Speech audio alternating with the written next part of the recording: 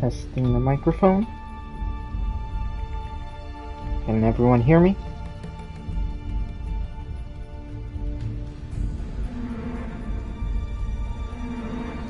Okay, looks like everything is working.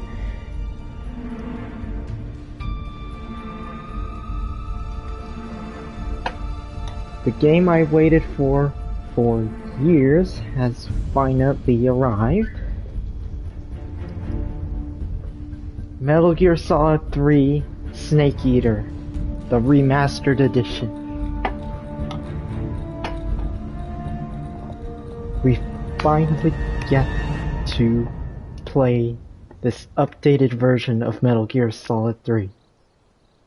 If I remember from the trailers, this is just merely upgraded graphics and stuff, so I'm gonna really enjoy every bit of this. And I hope you all too. Anyone who joins, welcome to the stream. And in case if anyone does wonder, during cutscenes I will not be talking. If you want me to respond, I'll try to respond via the chat. And let's get this game started.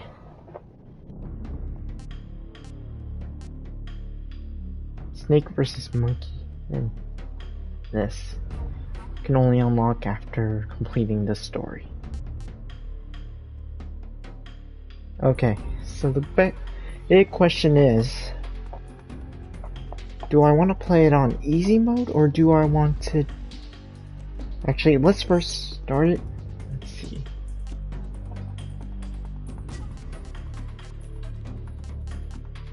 Let's see. Questions.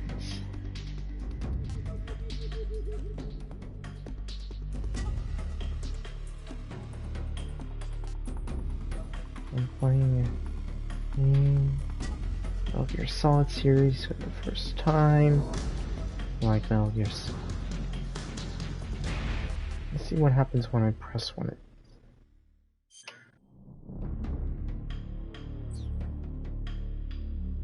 I like Metal Gear Solid 3. So just...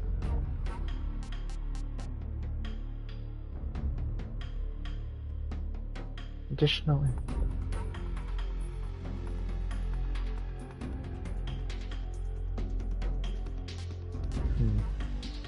Let's just like all of them. Like every game in Metal Gear Solid series, yeah. There's still a few I do need to play. Freely move. It's a new style. Or I can go with the old style. Modern action game controls. Freely movable, third-person camera. Move and fire, weapon simulation. I think I'll do the original gameplay on my off time. Let's try a new style for this game. In case anyone is wondering, I have played the original game and recorded it too. So if anyone wants to see that, feel free to check it out.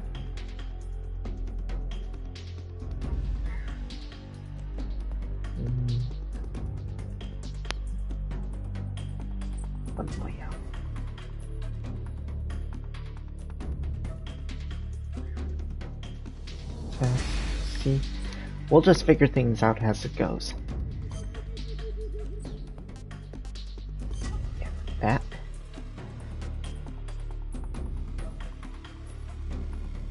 I remember when I played this on easy mode.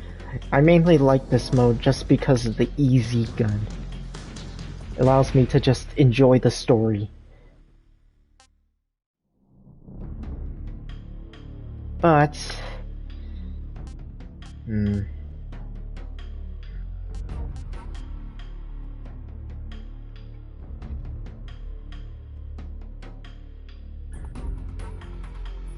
I'll be entirely honest, I'd never played this game on easy before. I think I might want to do that with the original game first, before I do that in gameplay. If you guys want me to do very easy or do the other difficulties, feel free to comment and say, hey, can you do these? And I'll do a gameplay of them. They won't be as grand as this one, but I'll give these a shot and, well, try my best. So, just for the fun of it, we are going with the very easy mode just for the story. But later on, next time if I play this and decide to gameplay it, if you guys like it, I will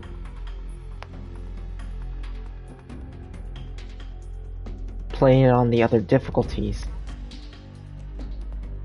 In fact, this is probably what I'll do.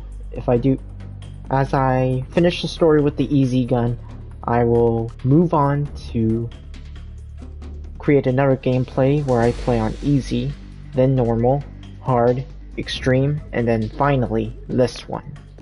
I'll create multiple gameplays. So essentially I'm gonna do very easy, easy, normal, hard, extreme, and if I'm feeling up to it, I'll actually probably do some of these harder modes. This harder mode. I've never seen this before, but let's do this. We're gonna go very easy, and then we'll create another gameplay with me doing it harder. I hope you all enjoyed the stream. Let's see what else we got. View tips.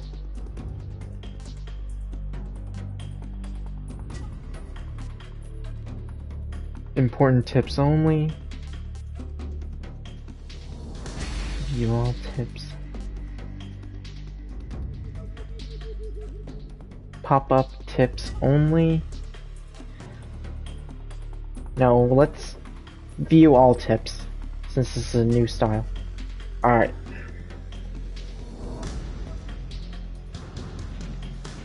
We're going easy. We got everything ready. We're going very easy. Then next gameplay, I'm doing in another difficulty. That I can assure everyone that I will be doing this in another difficulty in a different gameplay. For now, let's just enjoy the graphics of this new story, of this old story. Yeah, a very great story with new graphics. So I'm just gonna relax and enjoy this as much as possible. And then later on we do challenges and stuff.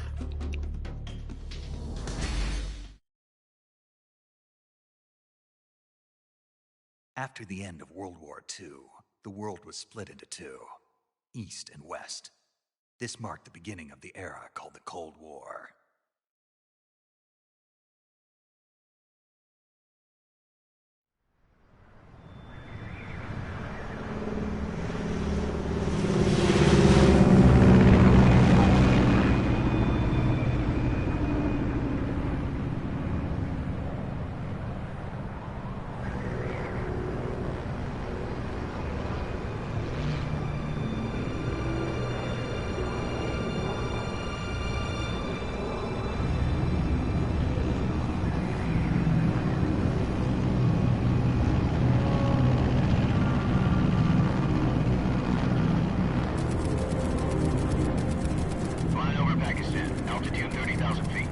Approaching Soviet airspace. 20 minutes to drop off. Commencing internal depressurization. Equipment check.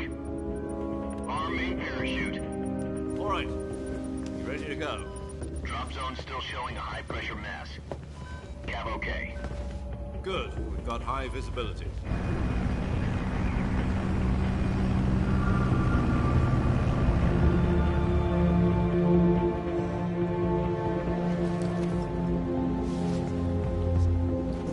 Put out that cigar. Connecting oxygen hose to interior connector.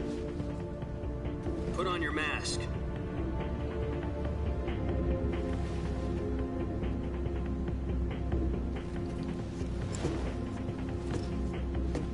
Does this panty waste know what he's doing?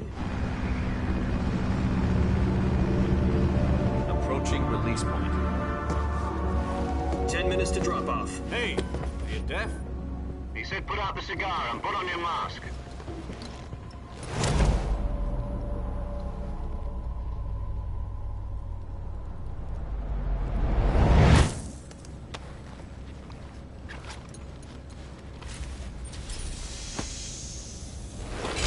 Depressurization complete. Checking oxygen supply. 6 minutes to drop off. Opening rear hatch.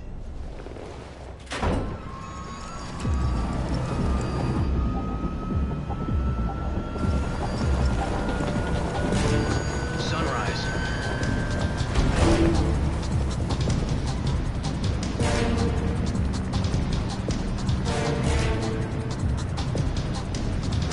External temperature minus 46 degrees Celsius. 2 minutes to drop off. Stand up. You'll be falling at 130 miles per hour. Try not to get frostbite from the wind chill. 1 minute to drop off. Move to the rear. Activate the air bottle. This is one for the history books. The world's first halo jump. 10 seconds to drop off. Stand by. Status okay. All green. Prepare for drop-off. Countdown. 5, 4, 3, 2, 1. Spread your wings And fly. God be with you.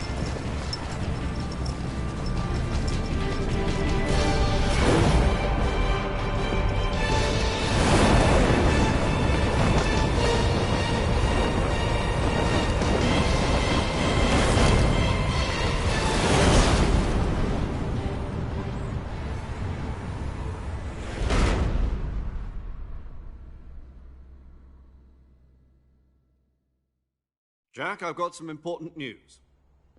The head of the CIA has finally given us the green light for the virtuous mission. Virtual mission?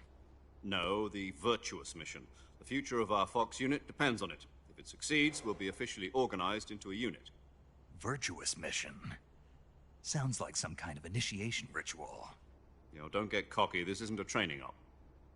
Right. So what exactly is this wonderful mission? Well, about 2 years ago, a certain Soviet scientist requested asylum in the West through one of our moles. His name is Nikolai Stepanovich Sokolov. He's head of the OKB 754 Design Bureau, one of the Soviets' top-secret weapon research facilities, and the East's foremost expert on weapons development. Sokolov? Isn't he that famous rocket scientist? The very same. On April the 12th, 1961, the Soviets achieved the first manned spaceflight in history. The Earth was blue, but there was no God. Well spoken. The rocket that carried Yuri Gagarin to orbit was the A-1, known as the Vostok rocket. Sokolov is said to be the man most responsible for the multi-engine cluster used in that rocket. After Gagarin's flight, Sokolov left rocket development to become the head of the newly established Design Bureau. From a lowly technician to head of a design bureau, that's quite a success story. So why do you want to defect? It seems he'd become afraid of his own creations. Afraid? Call it a crisis of conscience. And for that, he left his country and his family behind and went over the fence? Not exactly. One of his conditions was that his family was also to be taken safely to the West. We used a mole to get the family out first, and succeeded in sneaking Sokolov over the Berlin Wall shortly afterwards. I was the one who conducted the operation. The security on the eastern side was still full of holes back then. Then what? We got Sokolov over in one piece, but the whole ordeal had left him exhausted, and we checked him into a hospital in West Berlin. It took him 2 weeks and more than 600 miles to get from the research facility in the Soviet Union to Berlin. He was in no condition to say anything coherent. And it was only a week later that we had something much bigger on our hands. The Cuban Missile Crisis. October the 16th, 1962, President Kennedy received word that the Soviets were in the process of deploying intermediate-range ballistic missiles in Cuba. The President demanded that the Soviets dismantle and remove the missiles. At the same time, he announced a naval blockade to prevent further missile shipments from reaching Cuba. But the Soviets didn't back down, instead placing their armed forces on secondary alert. Soviet transport ships carrying missiles continued on course towards Cuba. US and Soviet forces went on alert for an all-out nuclear war. Frantic negotiations were conducted through the UN's Emergency Security Council and unofficial channels to end the hair-trigger standoff. Finally, on October the 28th, the Soviet Union agreed to remove its missiles from Cuba, and so the world avoided a nuclear holocaust. But in order to get the Soviets to pull their missiles out, we had to make a deal. You mean the one where the US agreed to remove its IRBMs from Turkey? No. The Jupiter IRBMs deployed in Turkey were obsolete, and we were going to get rid of them anyway. They had no strategic value whatsoever to either the US or the Russians. The Turkey deal was a ruse, a cover story that was fed to the other intelligence agencies around the world. So what did the Russians really want? Sokolov. They wanted us to return Sokolov. You mean the Soviets pulled out of Cuba just to get their hands on Sokolov? That's right. What the hell was he working on? At the time, we had no idea.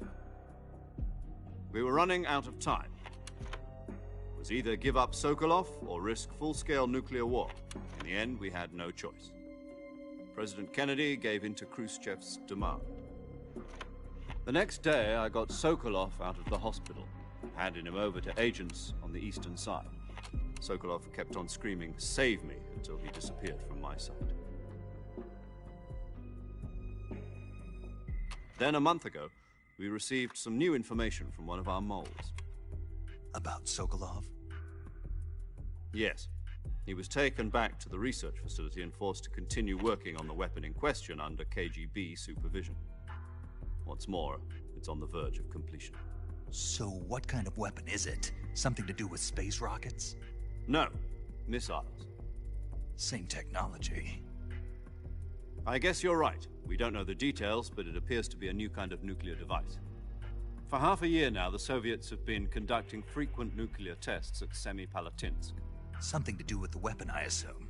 We're talking about a secret weapon so big that Khrushchev was ready to pull out of Cuba to get it back. Is Sokolov still in the facility? No. According to our intelligence, he's in Selino-Yarsk, a place in the mountains about 3 miles to the west that's known as the Virgin Cliffs.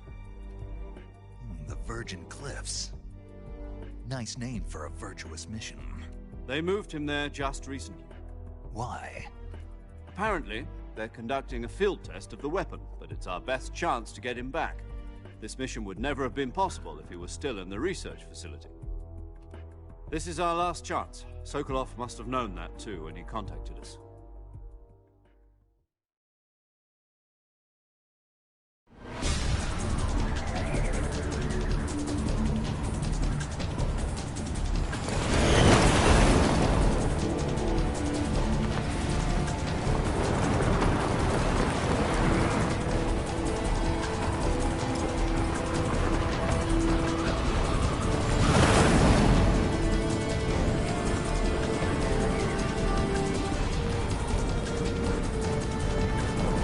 Listen up, Jack.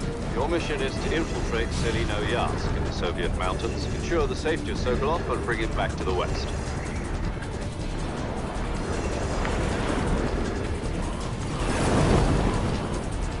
If we don't get Sokolov back before that weapon is complete, we'll be facing a major crisis. The clock is ticking.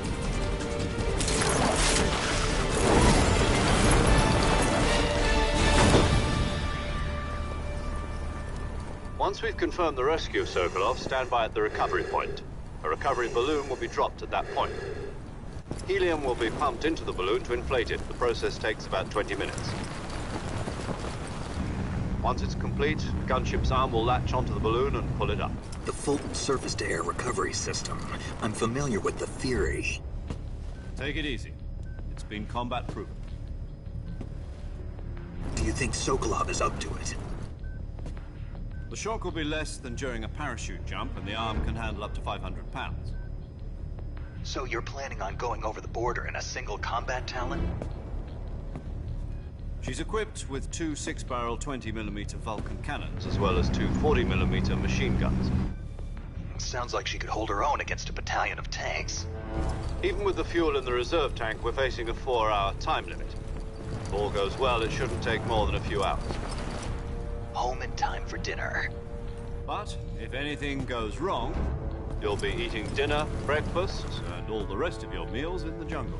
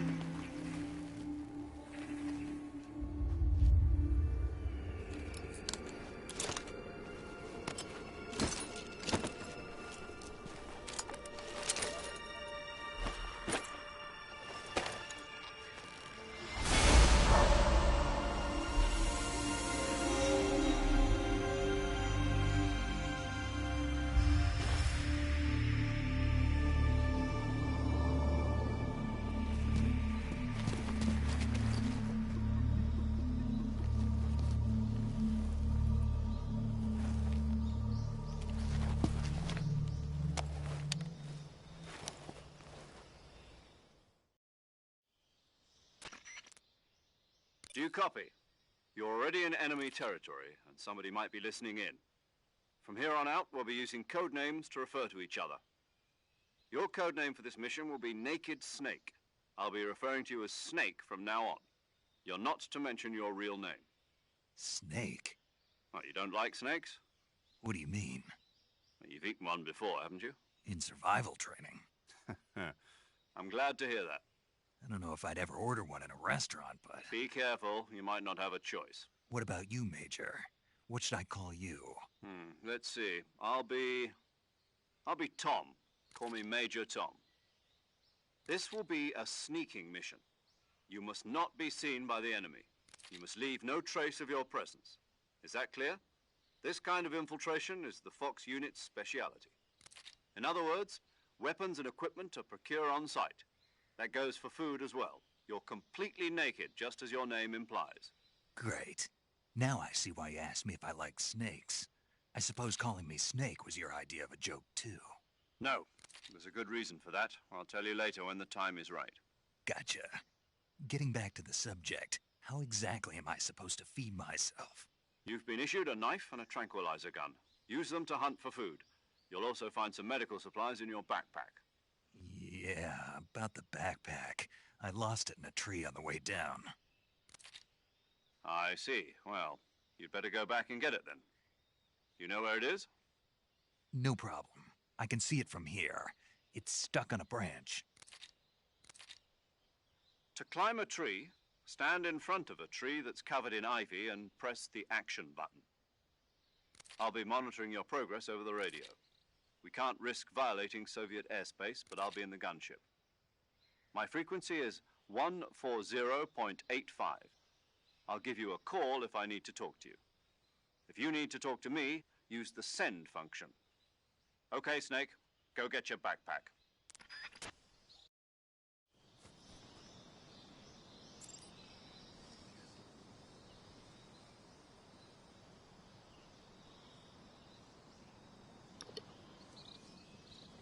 And here we are. Finally.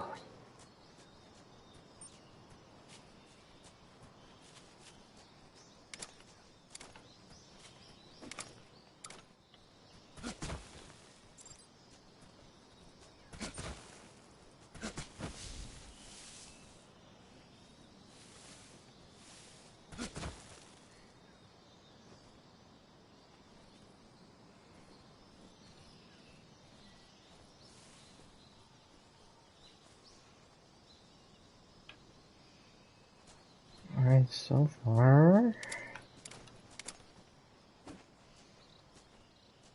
these are pretty good controls.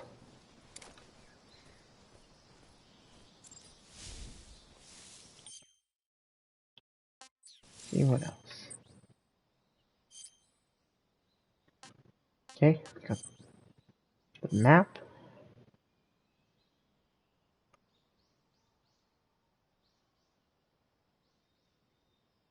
Alright. Food.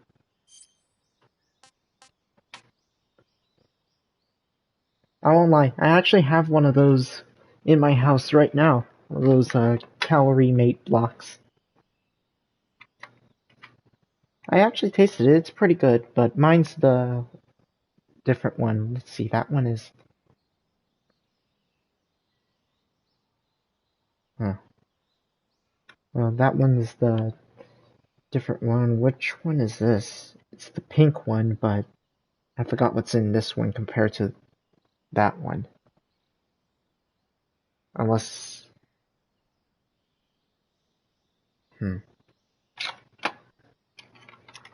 If I get hungry, I can just eat one of these in real life. It's funny. I have 3 cages so I could put animals in it. Alright.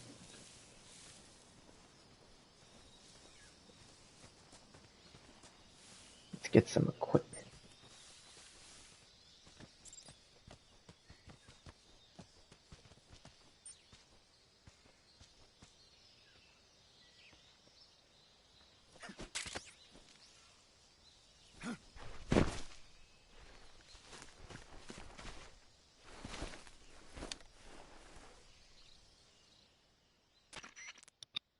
I see you've retrieved your backpack, Snake. To equip a weapon, it's necessary to take it out of your backpack. In the survival viewer, choose Weapon from the backpack. Your available weapons will be displayed in a list on the screen. From that list, choose the weapon you want to equip and press the Enter button. For other equipped items, just do the same thing from Item. Got it. Use the survival viewer backpack. Yep, that's right. Survival is fundamental to this mission. After you've been out in the field for a while, your stamina will start to drop. If your stamina gets too low, it'll affect your performance. You won't be able to shoot accurately, for example, and your wounds won't heal as smoothly. Keep an eye on your stamina so you don't run out. To recover lost stamina, you can hunt for local flora and fauna. You can use either your tranquilizer gun or your knife to hunt. My only weapon is a Mark 22 Hush Puppy tranquilizer gun? That's right. It's been fitted with its own suppressor. However, the suppressor will deteriorate every time you fire. Once its durability reaches 0, the noise suppression effect will be gone. So don't get too trigger happy with it. The suppressor's durability is shown in the icon. Any weapons and equipment beyond what you're carrying now, you'll have to find as you go. I have to find my own weapons and equipment? Whose crazy idea was this anyway? Solo covert actions are standard Fox operating procedure. You can't leave any traces of your presence. No weapons, equipment, footprints, sweat, or bodily waste. The same goes for bullets and cartridges, too. Your presence in enemy territory is already a violation of international conventions of warfare. There aren't supposed to be any American soldiers in Russia. It could spark an international incident. You can't let anyone see you. You can't let the enemy know you're there. This is a stealth mission. You're a ghost, Snake, in every sense of the word. And there'll be no rescue if you're captured. The military and US government will deny any involvement in the affair. Then I'll just have to take care of myself, huh? I'm afraid so. You've been given a fake death pill for that purpose. SIS guidelines stipulate that soldiers on covert ops like this one be issued a potassium cyanide capsule. Tape it to your body so you can take it when you need to. How generous of you. Use it if you're taken prisoner by the enemy. It'll send you into a state of false death for a short time. Fooling them into thinking that I'm really dead. So how do I come back to life? Just take the revival pill. You mean that thing they put in my tooth before the mission? That's the one. But be careful. If you remain in a state of false death for too long, nothing will be able to bring you back. Remember that. I'll keep it in mind. You said this was a solo mission, right? Right. I guess that means I can't count on any reinforcements. Correct. The mission rests entirely in your hands. A real one-man army. Relax. There's a support team ready to back you up over the radio. Who? I'll introduce them to you. This time, survival is of utmost importance. The first member of the support team will be in charge of monitoring your physical condition, acting as a medic, so to speak, as well as recording your mission data. She's a member of Fox as well, and she's here on the gunship with me. She? Hello, Snake. I'm paramedic. Nice to meet you. Paramedic. As in a medic who comes in by parachute. Aren't you going to tell me your real name? Are you going to tell me yours, Mr. Snake? My name, huh? It's John Doe. And they call you Jack for short. You're a regular Captain Nemo. A name means nothing on the battlefield. After a week, no one has a name. What's your name? Jane Doe. Very funny. I wasn't joking, but I'll tell you my name only if you manage to make it back alive. My frequency is 145.73. She's also in charge of recording your mission data. Whenever you want to save, send a message over the reserved save frequency, 140.96. So saving lets me record my mission data. That's right. It also records the state of your health. Good to know. There's one more person I want to introduce you to, Snake. Huh? Speaking of snakes, you remember the boss, don't you? A legendary soldier and your mentor. Actually, it was the boss that got the DCI's authorization in the first place. She's going to be serving as Fox's mission advisor. The boss is? She also helped me plan this mission. She and I were at SAS together. Jack, is that you? How many years has it been? Boss? That's right. It's me. Oh. Talk to me. Let me hear your voice. It's been 5 years, 72 days, and 18 hours. You've lost weight.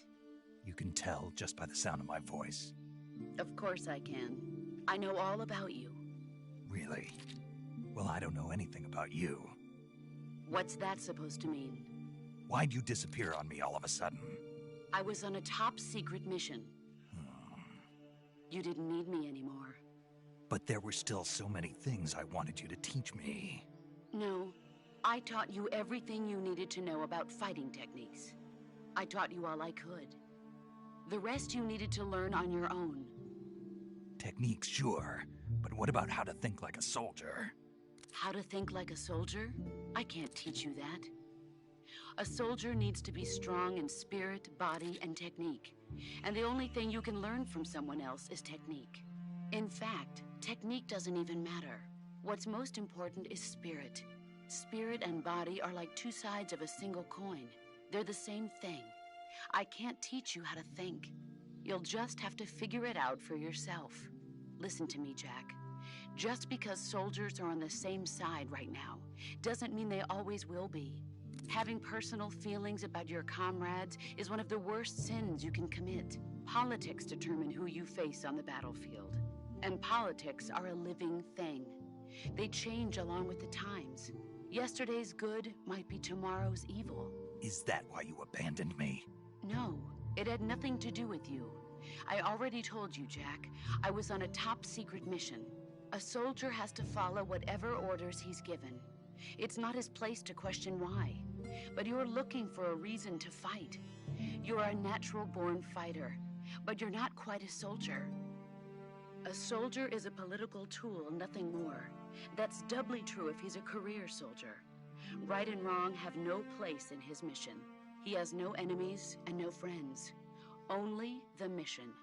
You follow the orders you're given. That's what being a soldier is. I do whatever I have to get the job done. I don't think about politics. That's not the same thing. Sooner or later, your conscience is going to bother you. In the end, you have to choose whether you're going to live as a soldier or just another man with a gun. There's a saying in the Orient, loyalty to the end. Do you know what it means? Being patriotic. It means devoting yourself to your country. I follow the president and the top brass. I'm ready to die for them if necessary. The president and the top brass won't be there forever. Once their terms are up, others will take their place. I follow the will of the leader, no matter who's in charge. People aren't the ones who dictate the missions. Then who does? The times. People's values change over time, and so do the leaders of a country. So there's no such thing as an enemy in absolute terms. The enemies we fight are only enemies in relative terms, constantly changing with the times. As long as we have loyalty to the end, there's no point in believing in anything, even in those we love. And that's the way a soldier's supposed to think? The only thing we can believe in with absolute certainty is the mission, Jack. All right, but do me a favor. What is it? Call me Snake. Snake. Oh, right. Your codename is Snake. It suits you well. That's right. The legendary unit that the boss put together during World War II was a snake. The Cobra unit, a group of heroes that brought the war to an end and saved the world. As long as you've got a legendary hero backing you up, you'll be fine. Isn't that right, Snake? Yeah, I can't think of anyone else I'd rather have with me. Oh, and one more thing, boss. Yes? It's good to hear your voice again. Same here. After all, who knows if either of us will make it out alive? Snake, you are always best at urban warfare and infiltrating buildings. But this is the jungle. Survival is going to be key. Those CQC techniques I taught you are sure to come in handy. CQC? Close quarters combat, huh? I've been in the Green Berets for the past few years. I'm probably pretty rusty. Not to worry. I'll be here to help you remember. After all, this is your first actual survival mission. I'll be supporting you over the radio. Where are you, boss? Next to the Major? The boss is communicating with us by radio from aboard a Permit-class submarine in the Arctic Ocean. My frequency is 141.80. Call me if you need my advice on battle techniques. Gotcha. Your mission is to retrieve Dr. Sokolov. Dr. Sokolov is being held in an abandoned factory located to the north of your current position. Avoid heavy combat and don't let anyone see you. Don't forget that this is a stealth mission. Snake, try to remember some of the basics of CQC.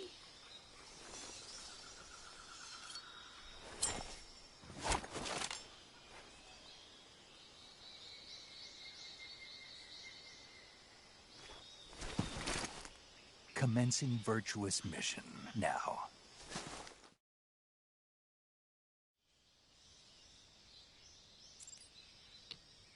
And we're back.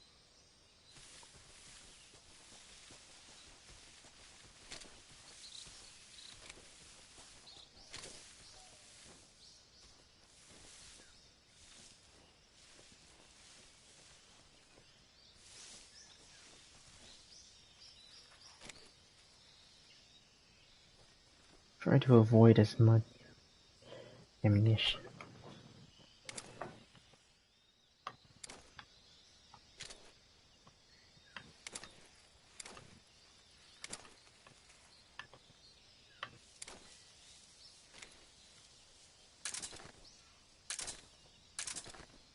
Okay, let's check out our items. Oops, here we are.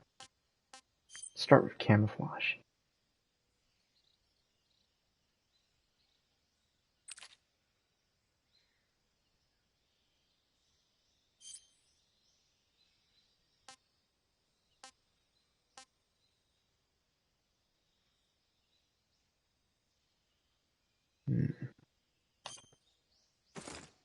This one.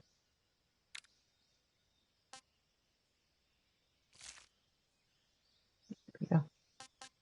I also got this mask. So for now, let's stick with that.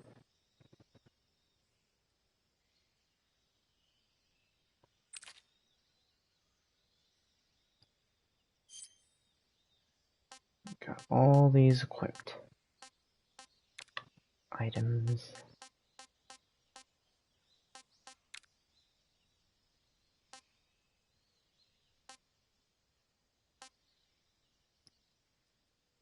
Trink gun. This gun.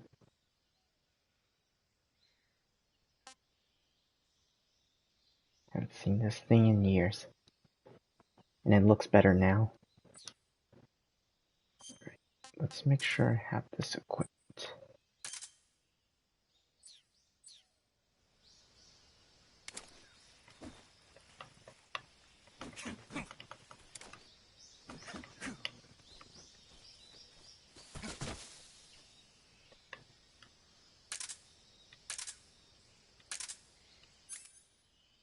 Okay, that's how that works.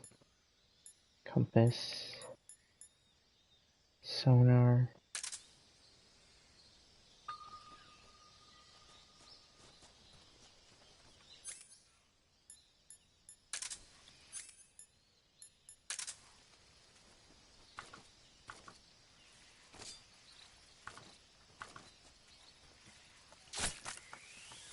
Let's kill that snake.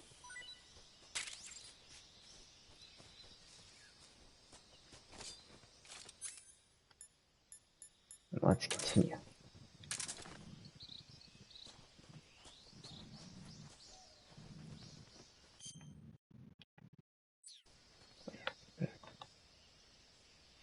Turn that off for now. Let's see.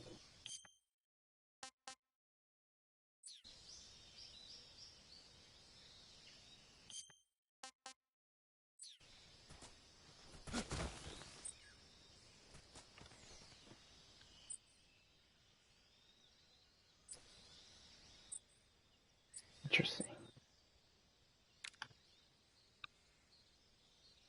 Timber.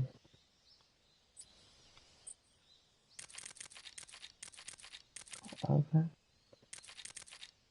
Press that to save. Let's talk to the others.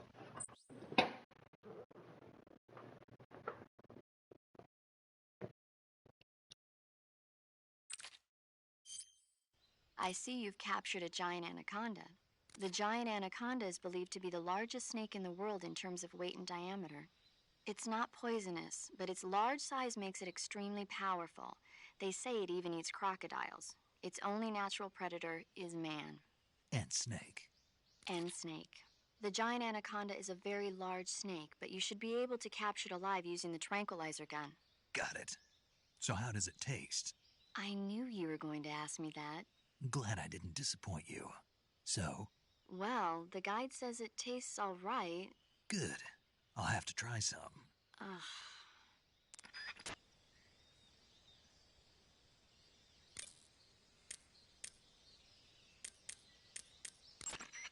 Camouflage is an indispensable tool when you're sneaking through the jungle.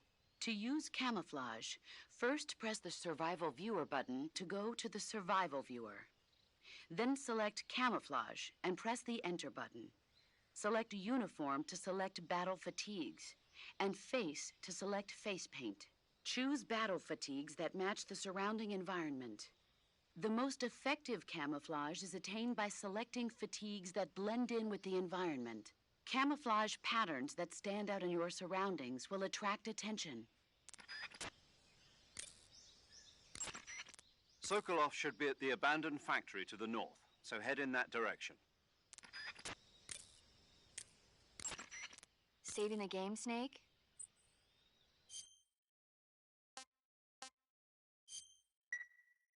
Hey, Snake, you ever heard of Godzilla, King of Monsters?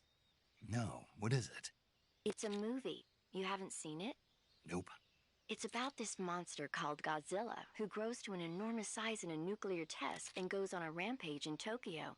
Nuclear test, huh? Then the Marshall Islands must be crawling with giant monsters right about now. It's just make-believe. Maybe that's why my pants have been so tight lately. Snake, it's a movie, not a report out of Los Alamos. I know. So then what happened? Godzilla is immune to all weapons, and humanity has no way to stop the monster. Dr. Shirazawa develops a new type of weapon, but meanwhile Godzilla is getting closer and closer to Tokyo, obliterating everything in his path. It was originally a Japanese movie, but they made an American version too. I recommend seeing the original Japanese one if you ever get the chance. It's mostly mindless fun, but it's also got a serious anti-nuke message as well. Where can I see the original? You'll just have to go to Japan. Really? That's too bad. If you wait 40 years, you might be able to see it in America too. It might even win awards all across the globe in 60 years. Why's that? 2024 will be Godzilla's 70th birthday. You think they're still going to be making Godzilla movies then? Of course. Everybody loves Godzilla. You sure know a lot about movies. I don't suppose you're the movie-watching type, are you? Not really. Okay, then I'll tell you everything I know. When the going gets tough, movies can save your life. It's always good to be able to look at things from a different perspective when you get in a jam. That's the magic of movies. No kidding. Well, I guess it might at least make a nice distraction. That's the spirit, Snake. Have a little fun. I'm glad they kept that in.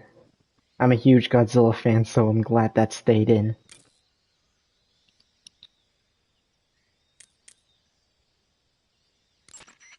Visibility is poor in the jungle. Naturally, this means that close quarters combat will be more important than ever. So I'll have plenty of chances to use CQC then. That's right. In proximity encounters, firing a gun isn't necessarily the best response to every situation. It's only one option among many. Rather than taking the time to draw, aim, and fire a gun, engaging your opponent in hand-to-hand combat can sometimes be a faster and more reliable way of subduing him. Besides, in a sneaking mission like this one, it's too dangerous to go around firing your gun. You'll end up revealing yourself to the enemy. Yeah, I know. You created CQC to deal with exactly this type of situation. With your help, of course. In a battle situation, you'll only have a split second to decide how to attack. Press the aim button to get ready, then use the attack button to attack using a weapon. Use the CQC button to attack using CQC. Press the CQC button once to throw a punch. Pressing it multiple times in succession will allow you to deliver a combo attack. But striking your opponent is just one aspect of CQC. It doesn't really start to shine until you've got your enemy in a hold. Press and hold down the CQC button to grab your opponent with your hand. From there, you can use the movement stick to knock your opponent off balance and throw him to the ground. This can be used to knock an opponent out in a single blow.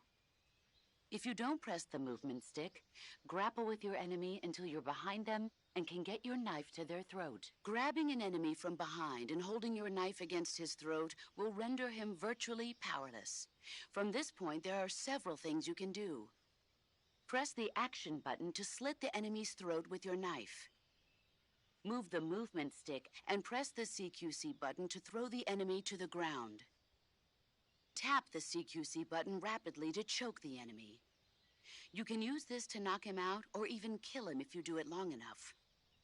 By continuing to hold down the CQC button, you can move around while keeping your grip on the enemy.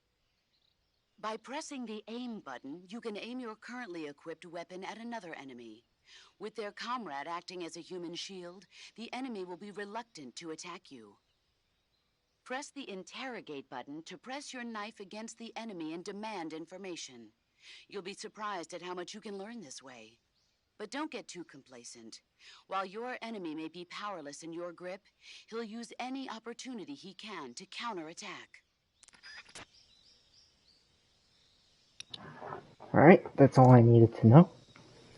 Let's continue.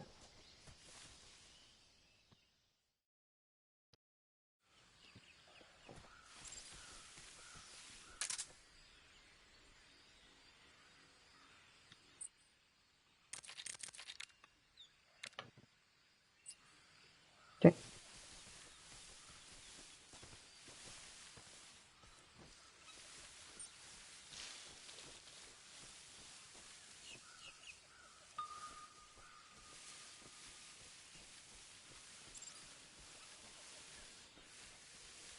And there's the gators. Let's do a little target practice.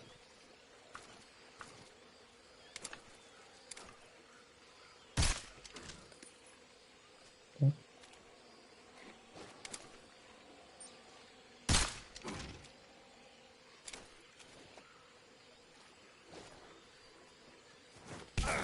Damn it.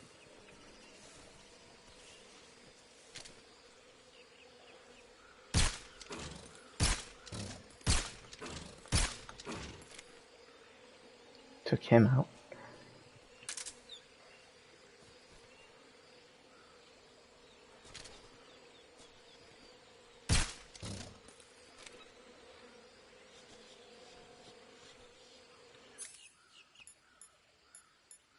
Get the knife.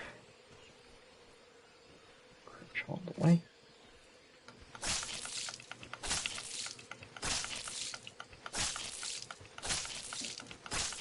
Stab it as many times as I have to.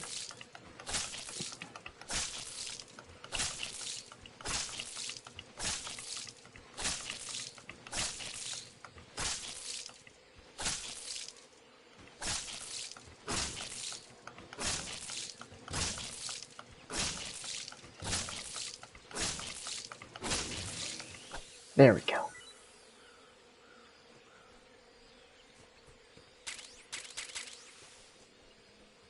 Get some bug juice too.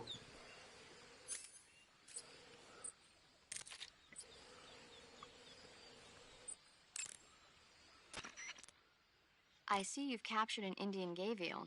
The Indian gavial is a crocodile that originally lived in freshwater regions in India and Nepal. Why are Indian crocodiles way out here? They're captive crocodiles that were brought here for research purposes but escaped and became wild again. Indian gavials are large creatures. Adult males grow to over 6 meters in length. You'll never catch one alive, even if you use the tranquilizer gun. Got it. So, how do they... Taste? Yes, I did look into that.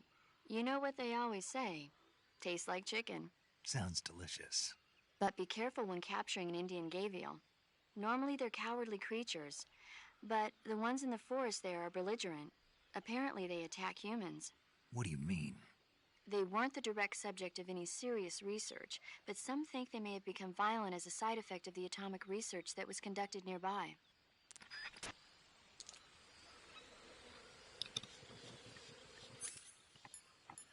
And let's continue. Got some gator meat, so we're good to go.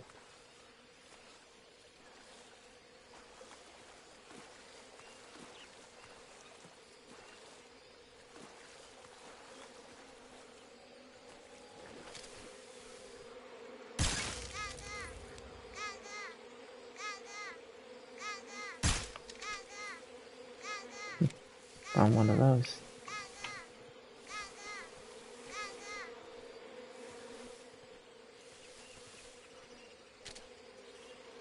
Bees.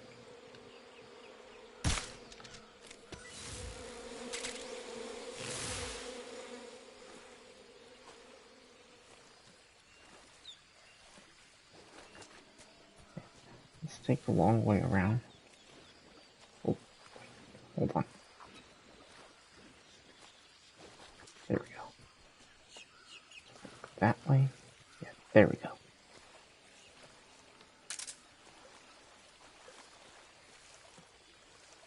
There's some stuff over here that we can get.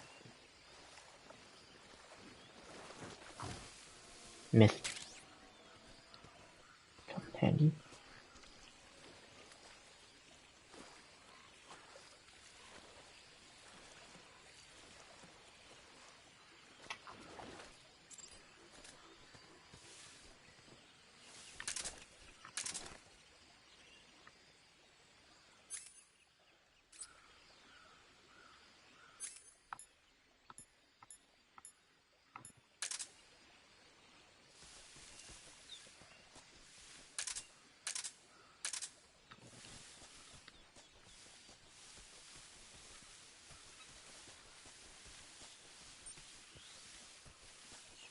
Next area.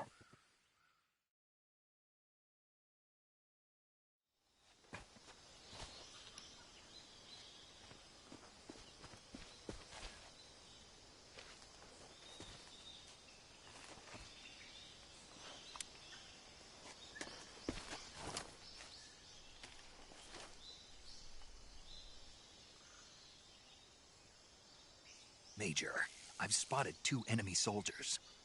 They're probably KGB troops sent to guard Sokolov. AK-47s and grenades.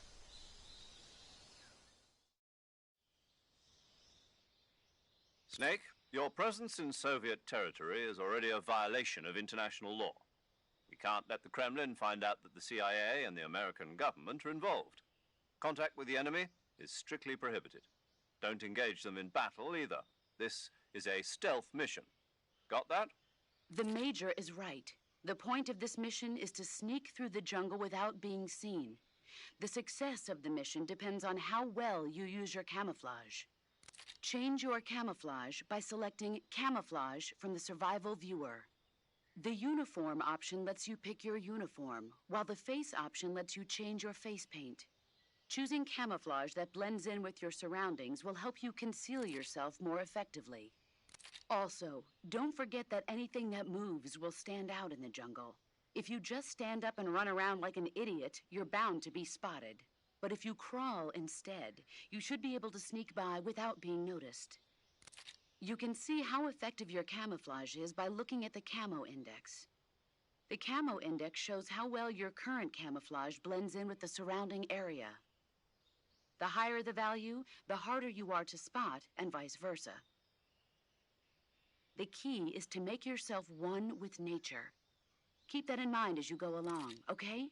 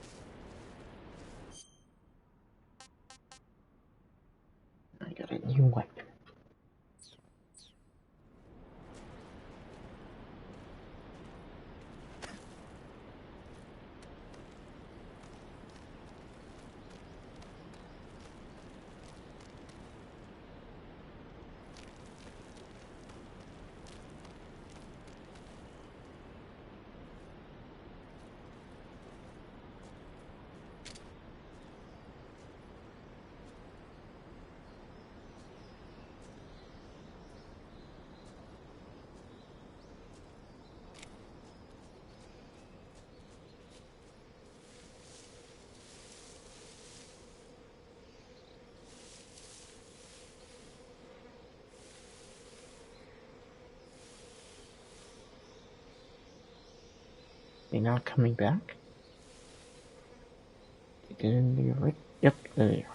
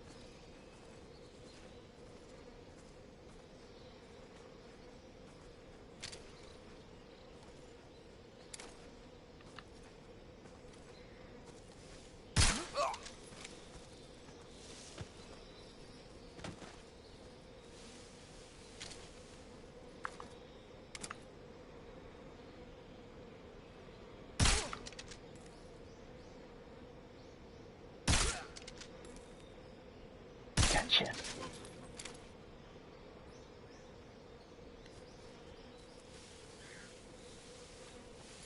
See if these guys have anything good.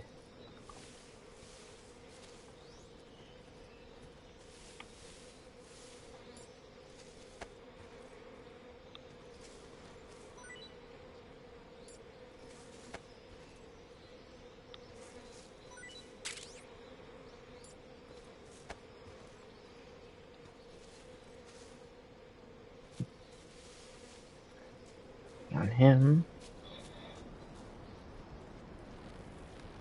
And this.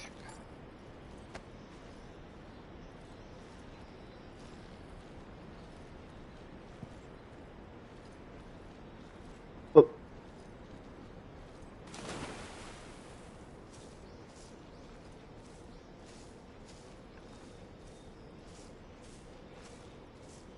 Damn it.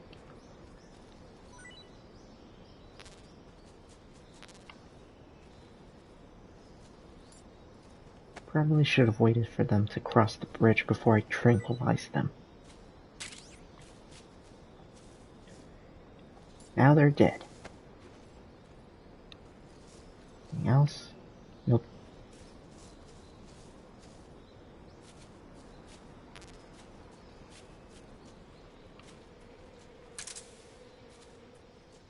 To be continued.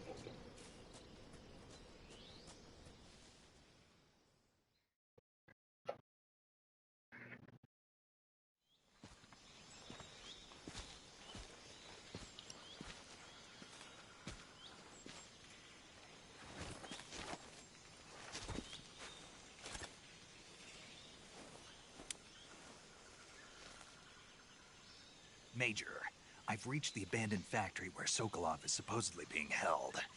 This place is a dump.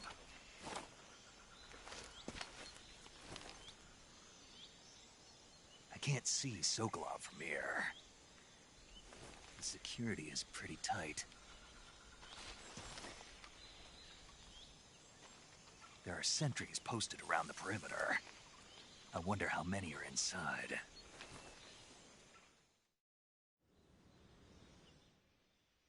Your objective, Sokolov, is inside the factory. They should be holding him in a room in the northeast section. Northeast section. Got it. Be careful. Your mission is to bring Sokolov back alive. He must not be exposed to any kind of danger. Do not approach Sokolov while in the alert phase. Right. Oh, and one more thing, Snake. You mean there's more? No, it's just that when you get to Sokolov, I want you to tell him something from me. And that is? Sorry for being so late. Is that all? Yes. Understood. Beginning my approach to the target.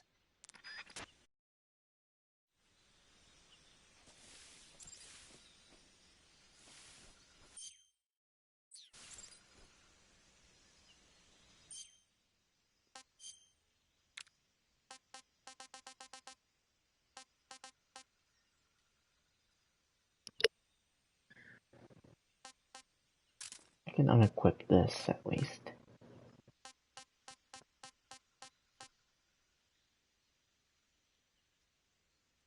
Bug repellent.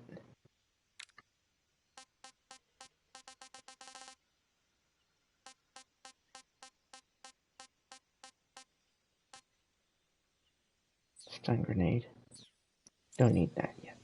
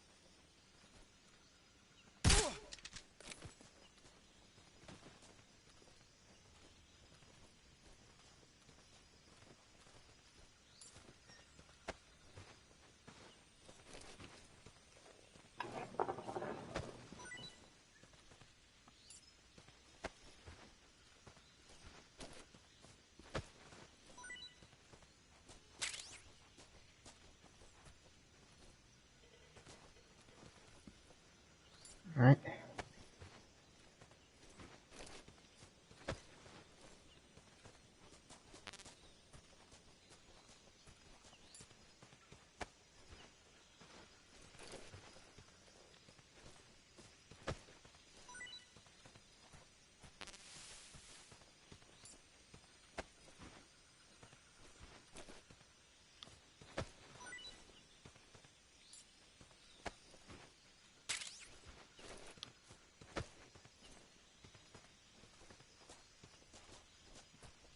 There's supposed to be someone on the roof.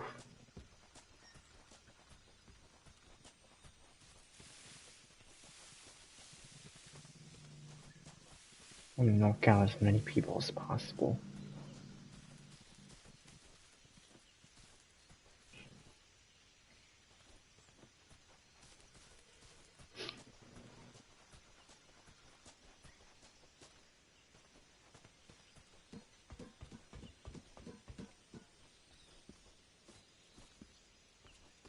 Guess not. Could have sworn there was someone.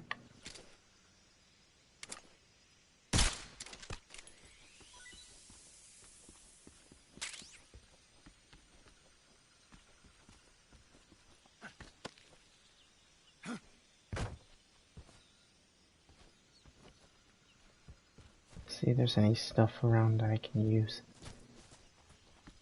I'm gonna check for weapons or any items.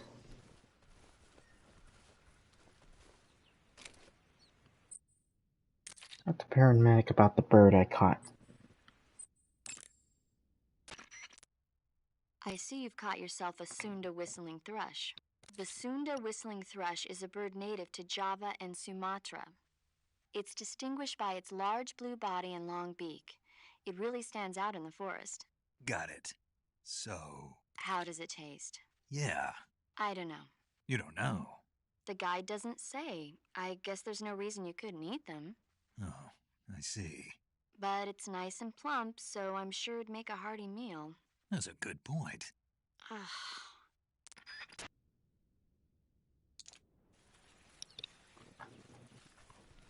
Let's grab that rat really quick.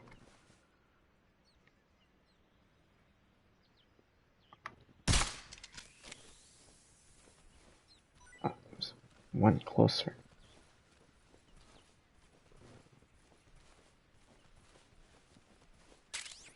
Got it.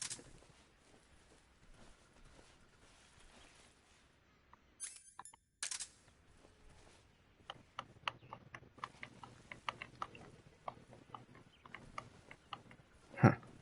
For some reason I can't use my knife while I'm down here. Sucks.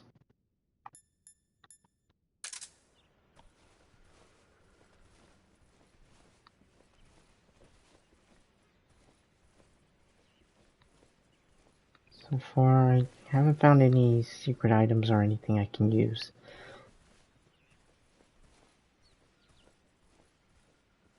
Let's continue the story.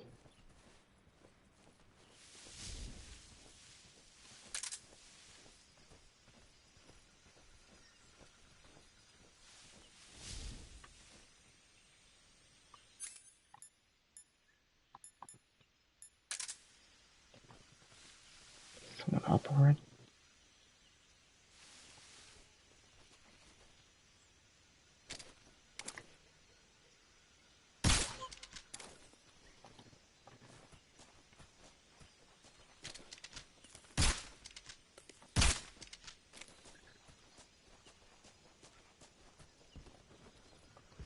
Alright, there's stuff up here if I'm correct.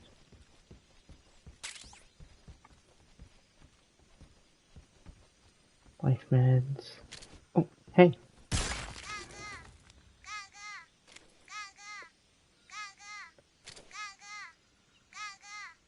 I need a quick refresher. Which game is this from?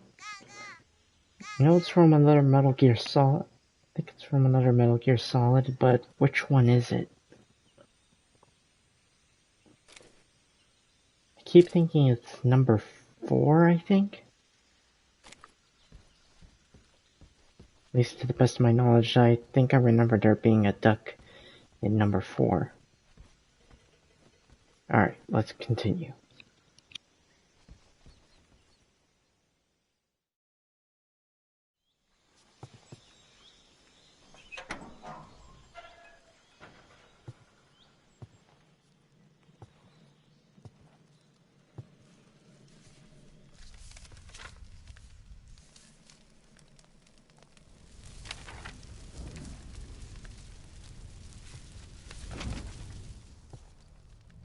You must be Sokolov. Are you one of Volgin's men? You'll never get it from me. No. I'm a CIA agent. I've come to escort you back to the other side of the Iron Curtain. You're CIA? Yeah. I was sent by Major Zero, the man who got you out 2 years ago. Zero? I have a message from him. What is it? He said to tell you sorry for being so late. Did he now? What does it mean? It means he's a man of his word. But we've got no time for this. You have to get me out of here before they arrive. Who's they? Colonel Volgin of Gru. You in the West know him as Thunderbolt. Thunderbolt? Never heard of him. He's a member of the Army's extremist faction, a man who seeks to seize control of the motherland. Ever since the Cuban Missile Crisis 2 years ago, Khrushchev has been pursuing a policy of peaceful coexistence with the West.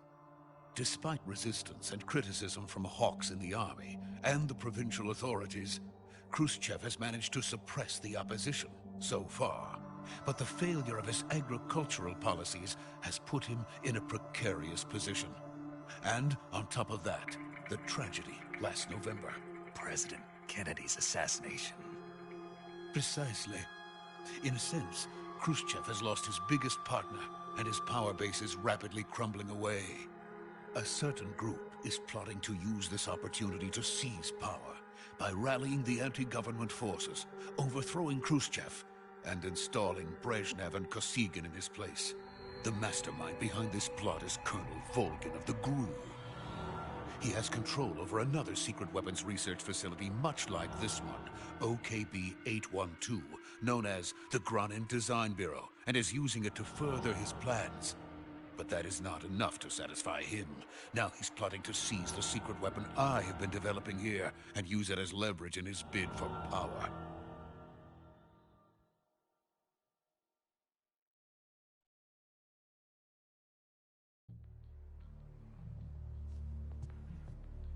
The intelligence says that they are going to make their move during the test. Then, the soldiers outside. Exactly. They wouldn't need that many men just to keep me inside.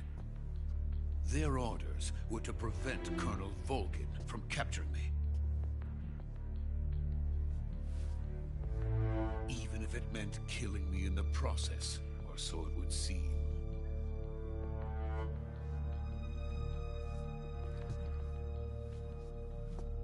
Volgin will come. I'm sure of it. You must get me out of here before then. Leave it to me. By the way, your Russian is superb. Where did you learn to speak it? From my mentor. Is that so? America's truly a frightening country. Having second thoughts? No. I have no love for this place. Let's go.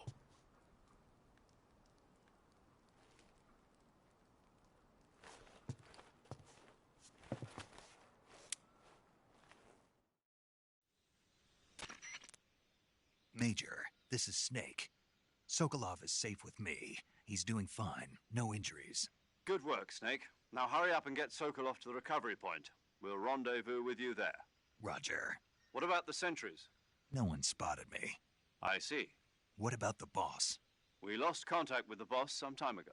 What happened? It's probably just a weak signal. Just hurry and get Sokolov out of there.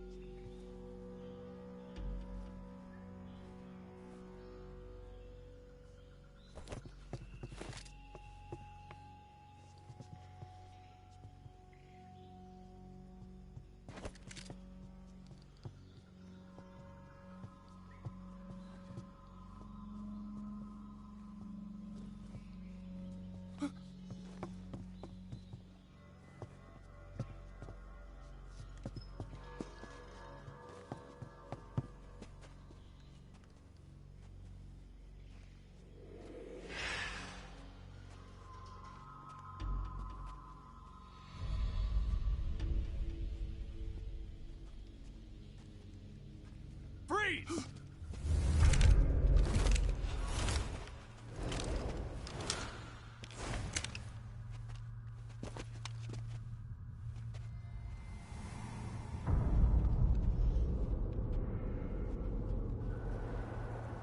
So this is the legendary boss. Huh?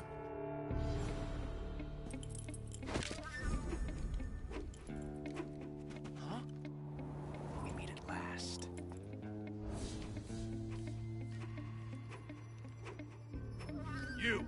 You're from the Ocelot unit of Spetsnaz. Huh. What's a crew soldier doing here? Soldier?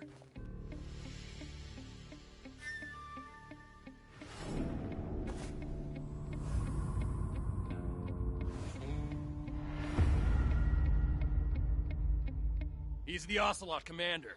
Ha! That's Major Ocelot to you. Don't you forget it.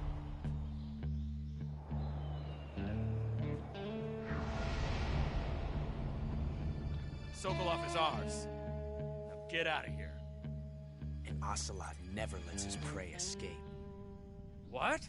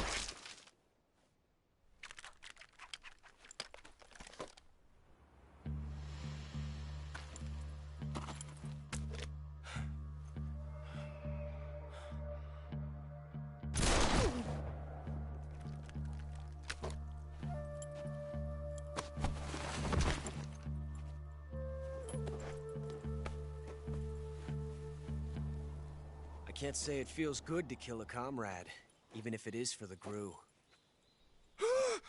Sokolov, take cover. Huh.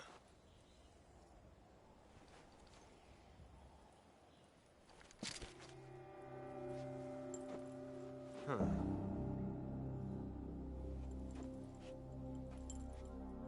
You're not the boss, are you?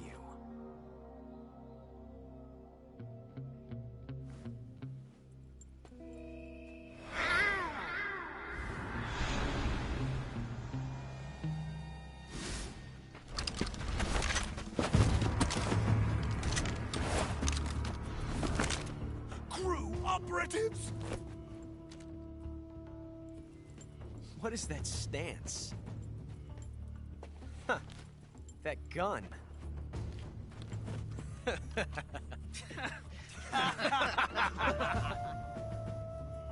If you're not the boss, then die.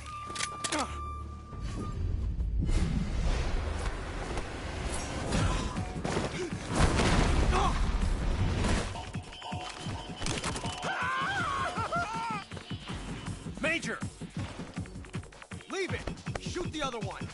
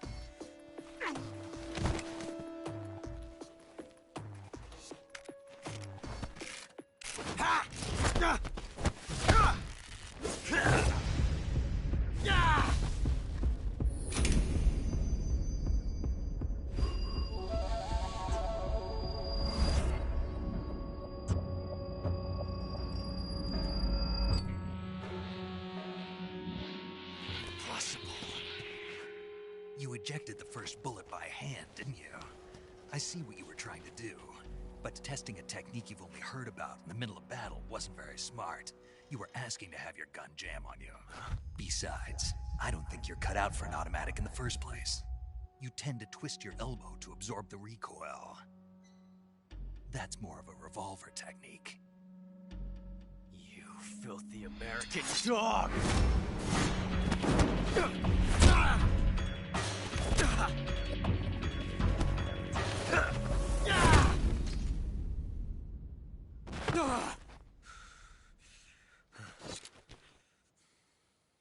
But that was some fancy shooting. You're pretty good. Pretty good.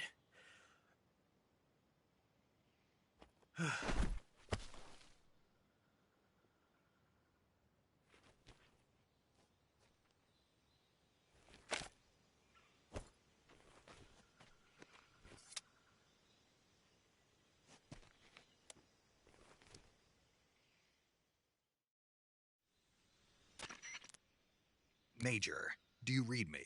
I read you. Snake, you all right? I've run into a few snags. These guys were after Sokolov, too. Apparently they were taking orders from a GRU colonel named Volgan. A GRU colonel? Part of an internal Soviet power struggle, according to Sokolov. Something between the KGB and GRU. Between Khrushchev's supporters and Volgan's. Sokolov was being guarded by the KGB and hunted by GRU? Snake, it sounds like this could be even hotter than Cuba. I don't like it. Something about the whole thing stinks. I agree. You'd better hurry. Sokolov ran off by himself, but I'll catch up to him. We're counting on you.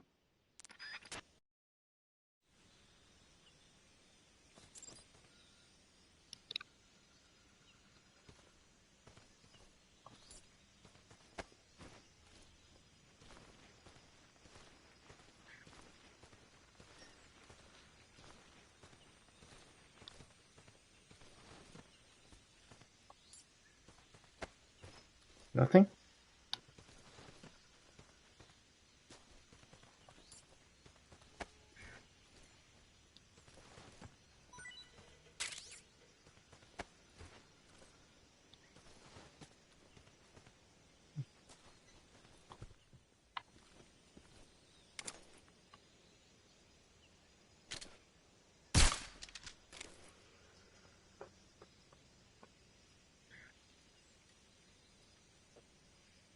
What do you guys think? Should I do it? Let's see. I only have this knife. Think I should do it?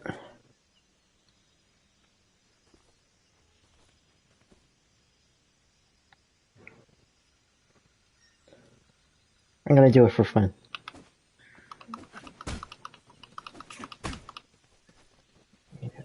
Get more. Damn it, I can't use the knife.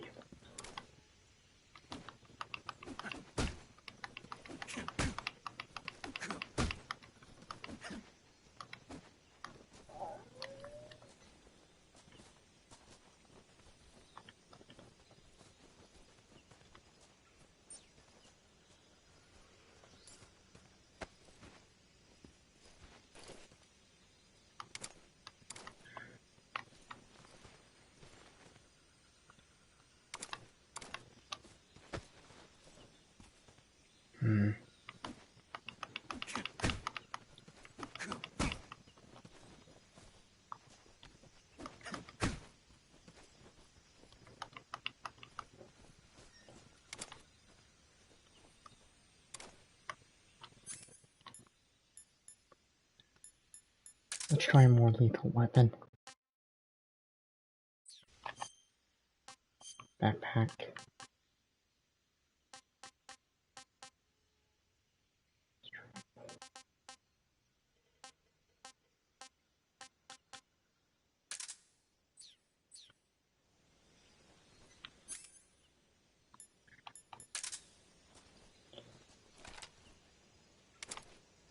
Shall we?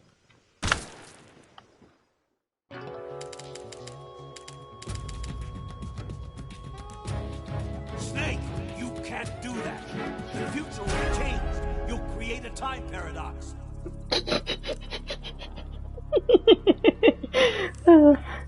I had to.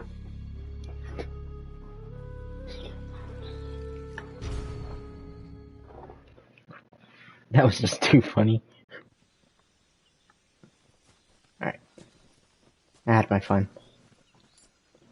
Let's make sure I got all the items from him. I'll be taking that.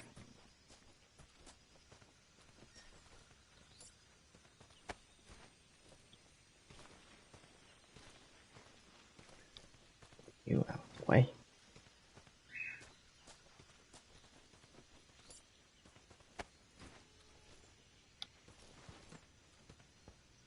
Nothing there.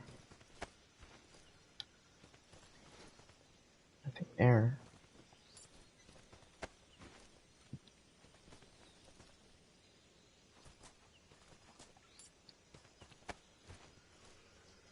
Nothing there. Alright.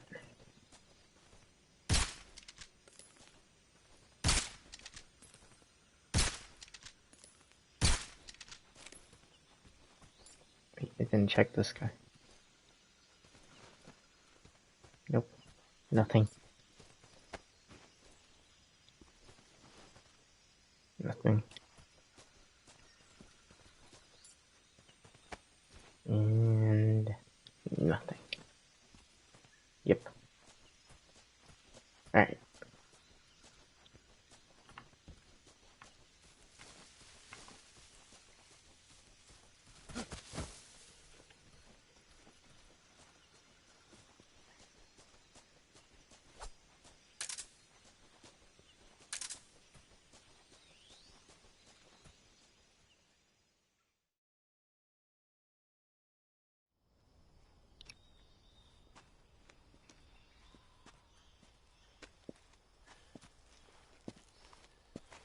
You okay?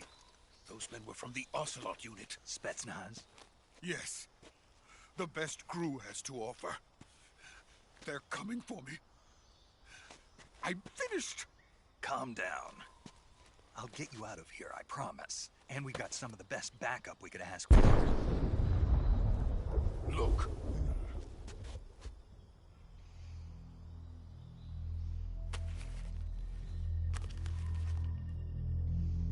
That's what they were making you build? Yes. The Shagohod. The dreaded behemoth. A tank capable of launching nuclear IRBMs. It can launch nuclear missiles from that kind of terrain? Oh, yes. And without support from friendly units. A nuclear-equipped tank capable of operating solo.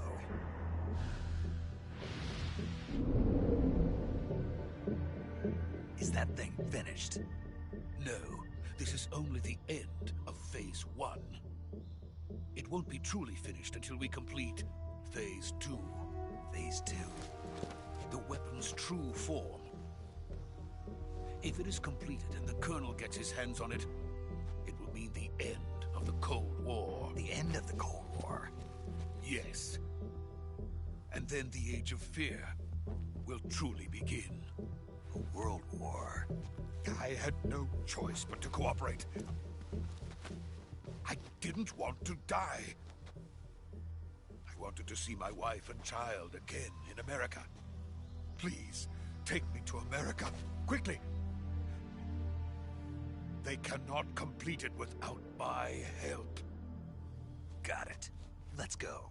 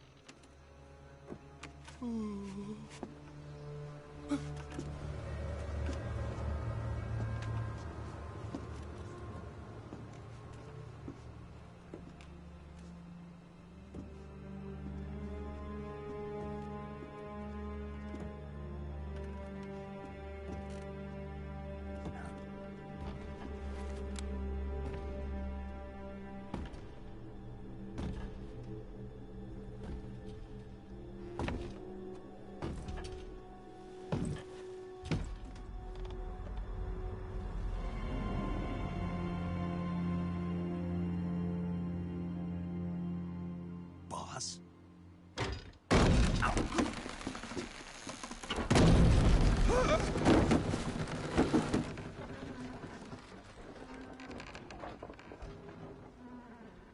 Good work, Jack.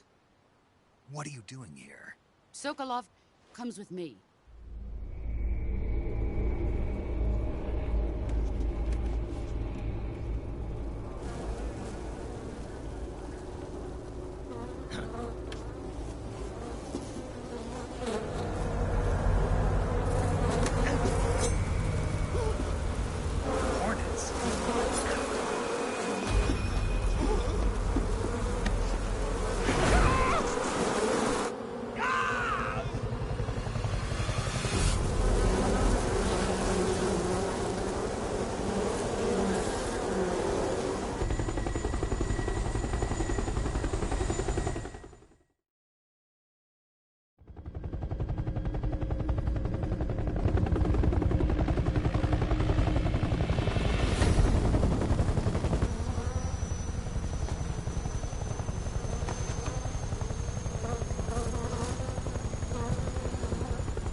My friends, let us fight together again. I have waited long for this day. We will fight with you once more. Welcome back, boss. Now that all 5 of us are together, it's time we go to the depths of hell itself.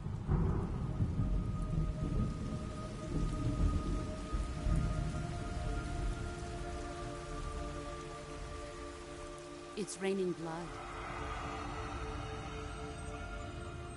Is he crying?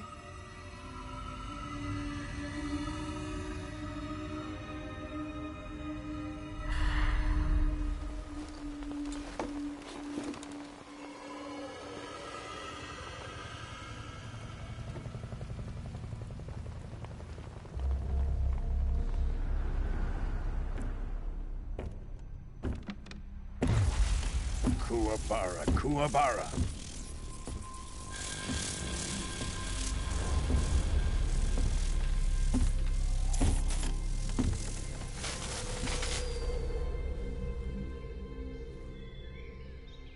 Ah, what a joyful scene. Colonel Vogan. Welcome to my country. And to my unit.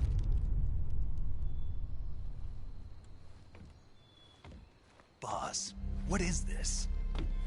I'm defecting to the Soviet Union. Sokolov is a little gift from my new hosts. Recoilless nuclear warheads.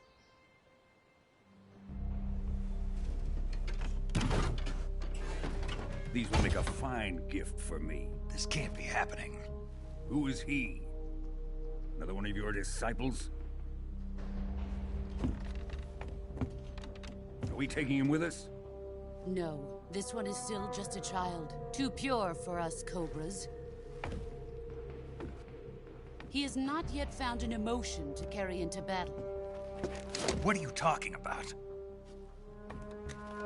Think you can pull the trigger?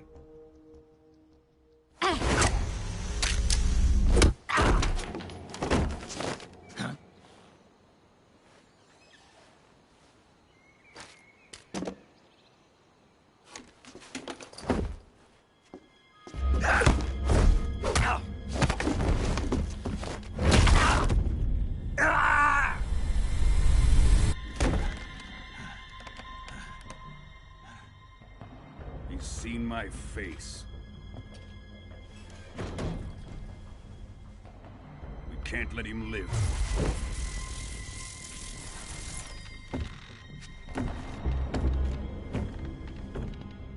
If Khrushchev finds out about this, we're finished.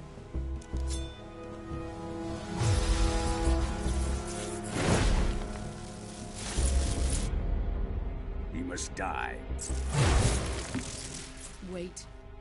He's my apprentice. I'll take care of him.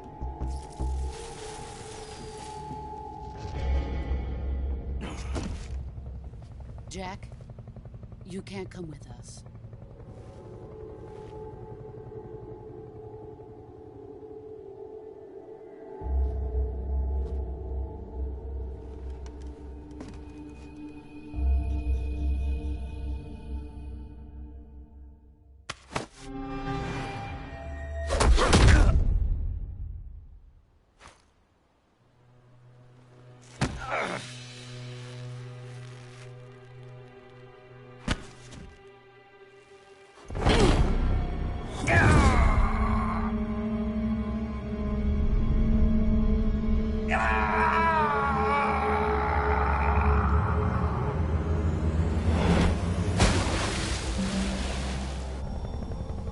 The new blood has been rejected.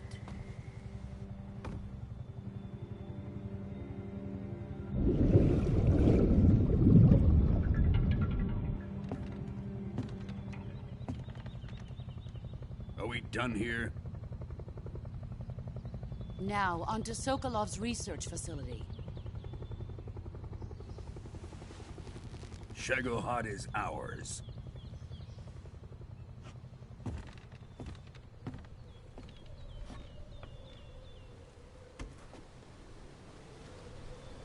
Drift away. My place is with them now.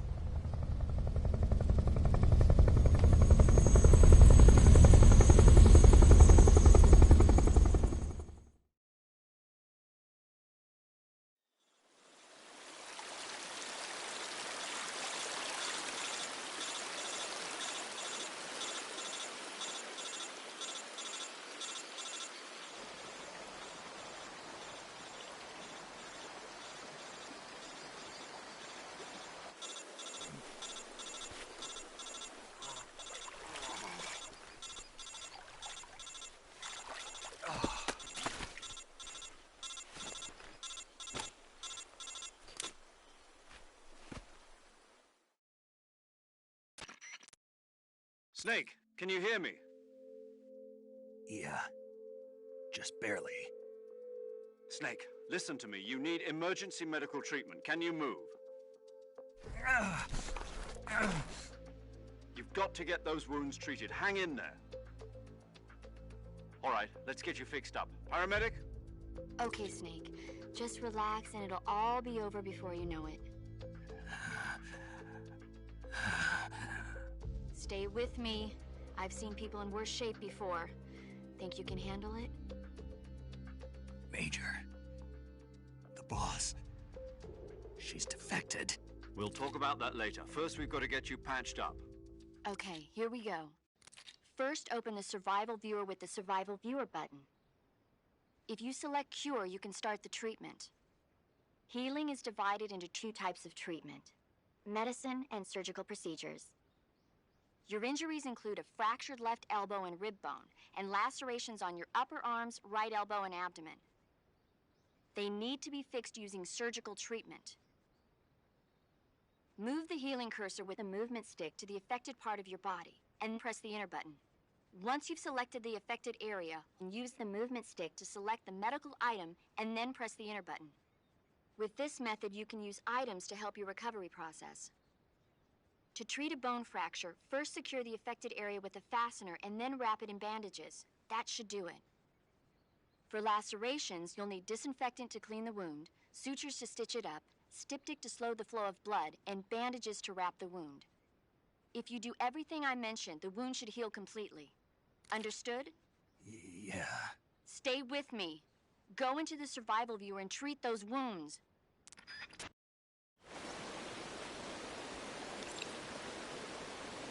Well, what's left now is to fix all these damage.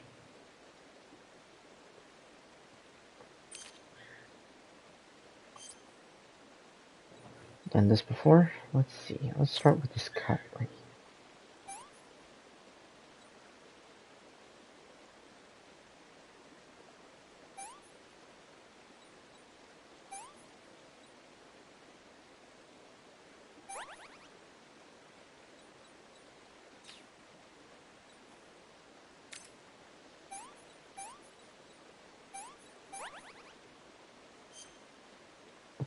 No, wait, that's bone fracture.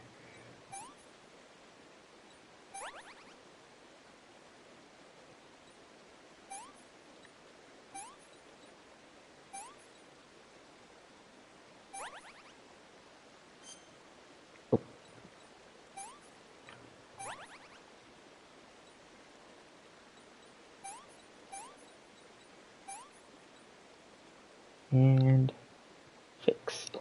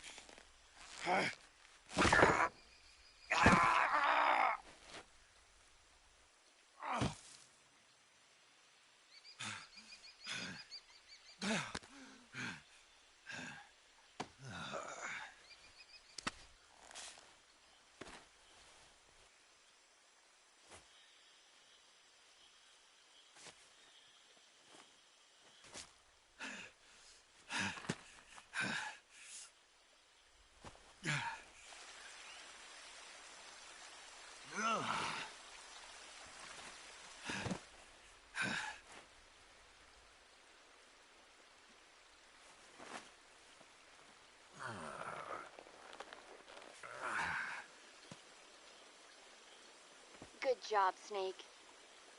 We're coming to get you now. Just stay where you are. We'll drop a recovery balloon. Can you set it up?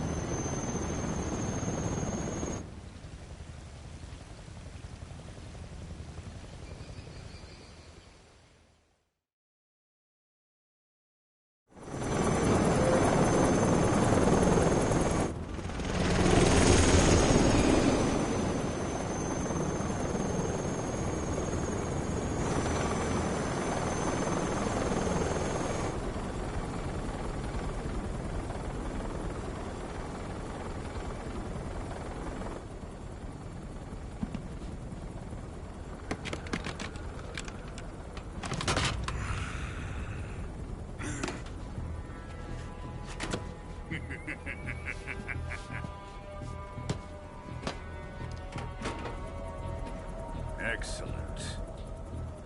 A great success.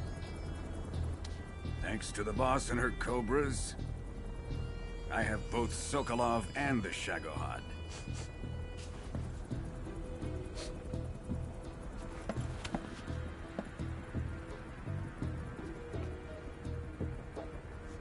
What are we going to do with the girl?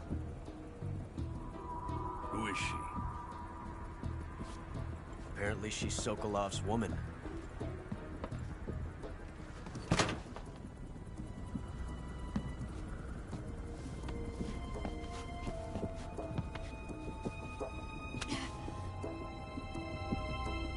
She's a nice catch. I'll take her. Not so fast, my dear.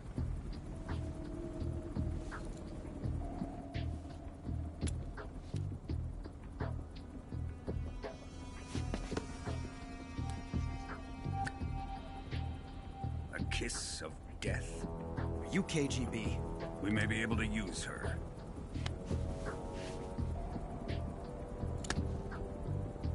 She has spunk.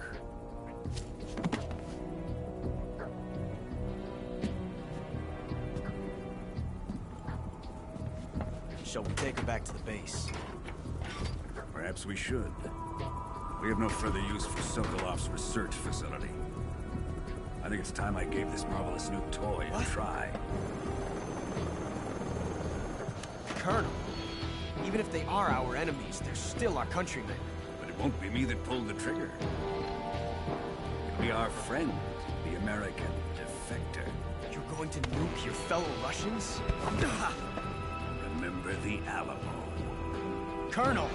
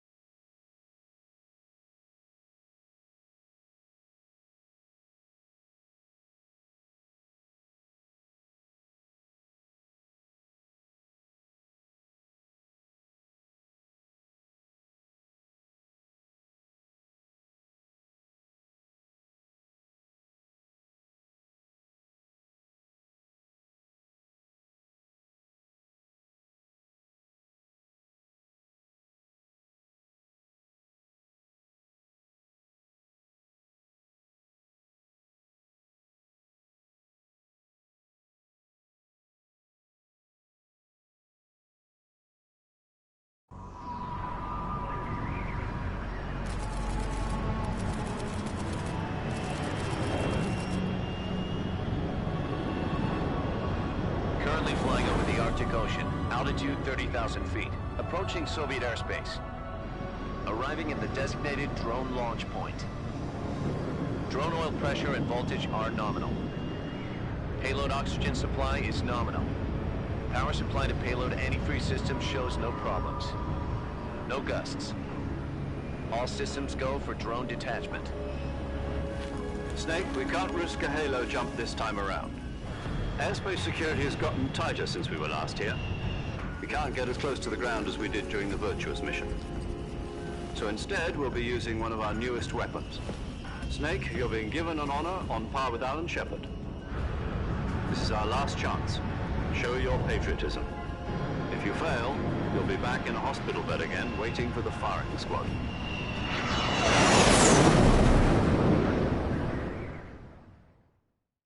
So how does it feel to be a patient in one of the most advanced ICUs in the world? Would you do me a favor and tell the suits about visiting hours? I'll never get better with them assaulting me day and night with their questions. Must be part of the top brass's inquiry. More like an interrogation. According to them, I'm a traitor and an accomplice to the boss's defection. They're just looking for a scapegoat. Does that mean they're after you, too? Let's just say neither one of us is going to be made a national hero out of this. Does this mean Fox is going to die? No. This Fox is still one step ahead of the Hounds. The reason I came to see you today, Jack, it's time for Fox to clear its name. What are you talking about? The situation has changed. We still got a chance to come out of this one alive. Yeah, what kind of chance? Don't get too excited. Here, have a cigar. It's Cuban.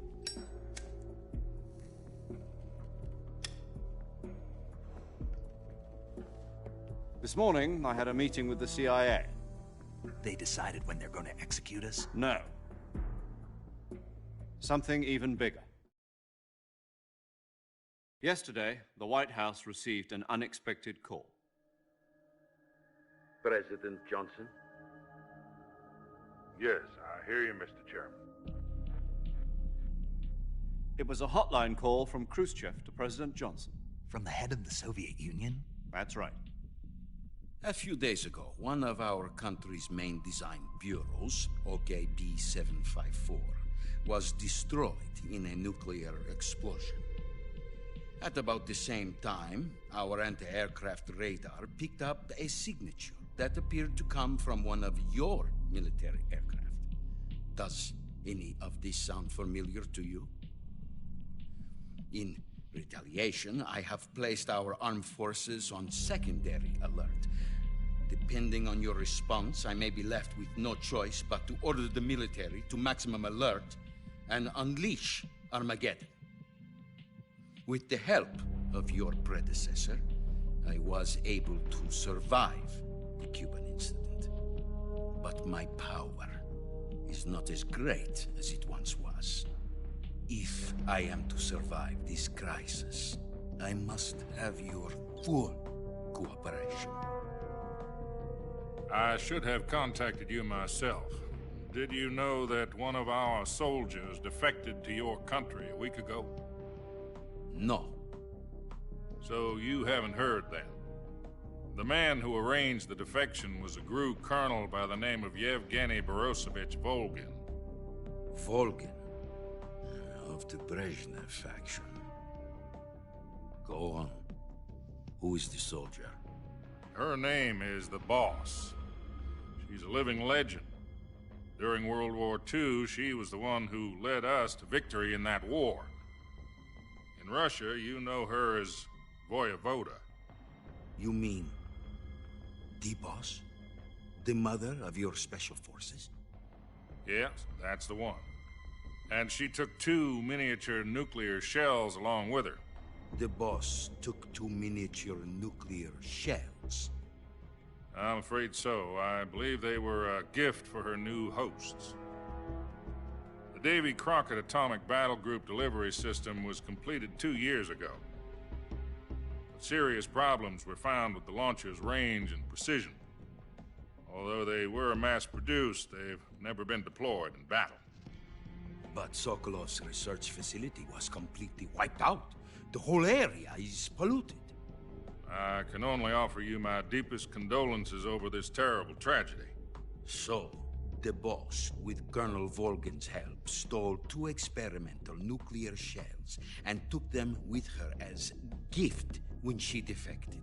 Then, shortly thereafter, Sokolov's design lab, a top-secret military research facility, was destroyed by one of these weapons. Am I right so far? Yes, that's correct. And the American government denies any involvement in the affair. Is that right as well? That's correct. We were not involved in any way. Then what was a U.S. military aircraft doing on our radar screen? It was clearly in violation of our airspace. And yet you say it was not acting under your orders. That's correct. You expect me to believe that this was all the work of a single soldier? I don't know what else to tell you. The Army insists that this is all a ploy on your part. I've said it once, and I'll say it again. Our government had nothing to do with it. And I would like dearly to believe you. However, I'm afraid my power over the military has weakened since the Cuban incident. I will need some kind of proof that this was not the action of the American government. You have 1 week. You must catch the boss yourselves and recover the remaining nuclear device. Then, you must find some way to prove your innocence. Prove our innocence? Yes, preferably something painful. Prove to me that this is not merely another one of your tricks. The boss should be close to Colonel Volgin. How about a little co-action? I would not expect too much if I were you. The political situation here is unstable. And Colonel Volgin is a member of the Brezhnev faction, which seeks to topple my government. 1 week. You have only 1 week. And if it is not too much to ask, do something about Volgin as well. What is that supposed to mean? Nothing. It means nothing. Call it a modest gentleman's agreement to ensure our continued relationship. What if we can't prove our innocence? Then I will be unable to restrain the military. I will be ousted, and they will seek their revenge. A nuclear attack on the United States? I leave the disposal of this situation entirely to your discretion, Mr. President. Disposal? If you fail, it will mean the beginning of a new world war.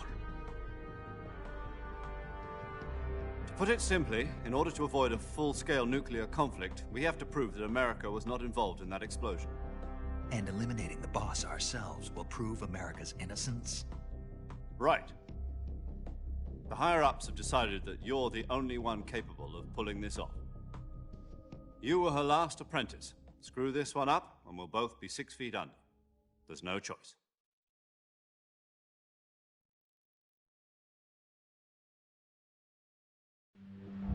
Are the Russians going to be helping us? The KGB has promised to lend us one of their communications satellites so that you and I can talk to each other. That's it? They've also put us in touch with a couple of insiders. Insiders? There was a defection in September 1960. Do you remember it? You mean the 2 NSA codebreakers who went over to the Soviet Union? Precisely. Since then, they've apparently been training with the KGB for exactly this kind of situation. Their code names are Adam and Eva. I've been told that Adam has infiltrated Volgin's ranks.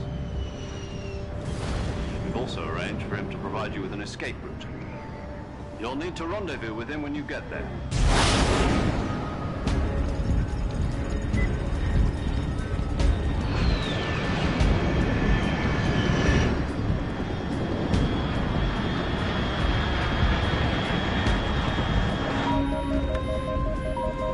Control. Unidentified aircraft detected. Altitude 30,000 feet.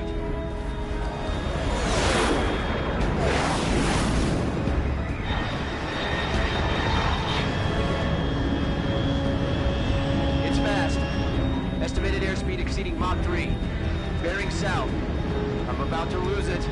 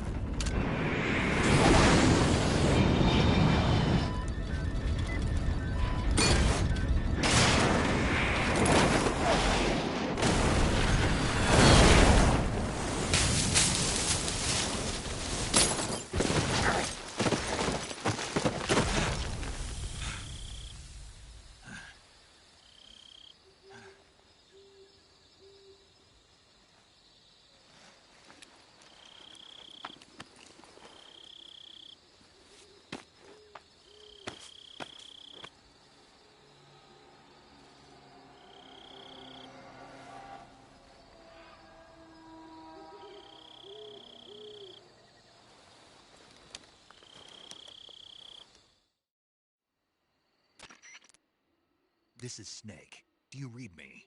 Loud and clear. Glad to see you landed safely. I got blown pretty far off target. Snake, let's go over your mission objectives one more time. Rescue Sokolov. Find out what's happened to the Shagohod, then destroy it.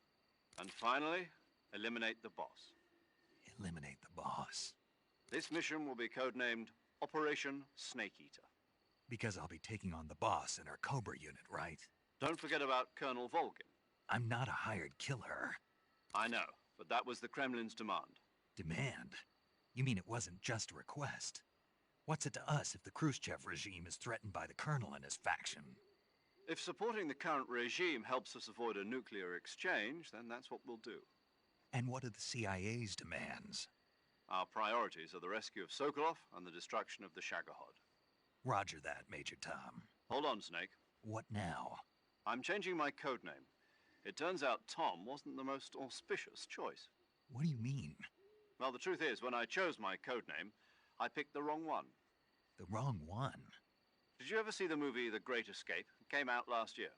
Oh, must have missed that one. Anyway, it's based on a true story about prisoners who escaped from a POW camp in Nazi Germany. The prisoners dig 3 tunnels as part of their plan, but the Nazis find 2 of the tunnels before they're finished. The prisoners succeed in escaping by using the last remaining tunnel. The names of those 3 tunnels were Dick, Harry, and Tom. I get it. You used the name of the tunnel they escaped in as your code name because you thought it would bring you good luck. Yes, that's exactly right. At least, that was the plan. But I got the name wrong. The one they escaped in was Harry. Tom was one of the unlucky tunnels. It was discovered by the Nazis before it was finished. I watched the movie again just to make sure. In fact, I even ordered the actual film from the movie company. yeah, it doesn't sound like the greatest name to use. So what should I call you? You know, let's just use Zero, like we've been doing all along. All right, then. Major Zero it is. We'll start over from square one. From square zero. My frequency is 140.85. Oh, I almost forgot. Paramedic is with us again on this mission. Is this her last chance, too? If we fail, she'll have her medical license revoked. It's more or less the same kind of fate.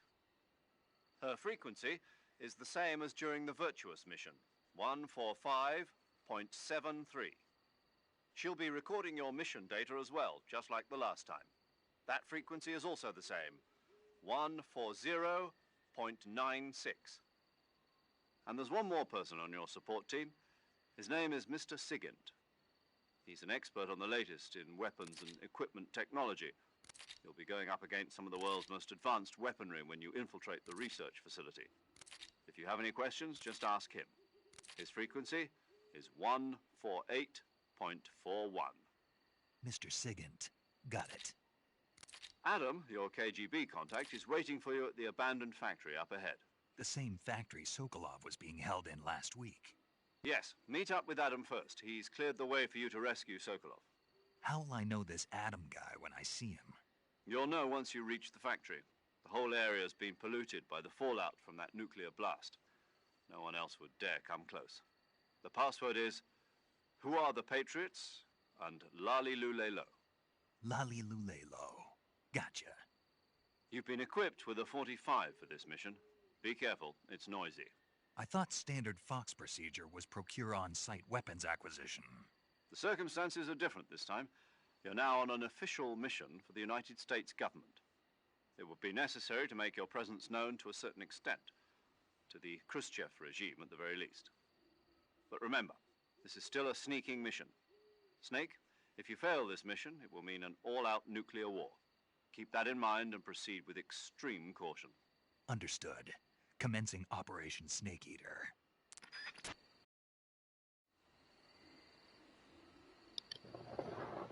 And we're back. I'm honestly not sure how to feel about the whole new intro. With the theme song and everything. I think they should have just used the original. Yeah. Oh well.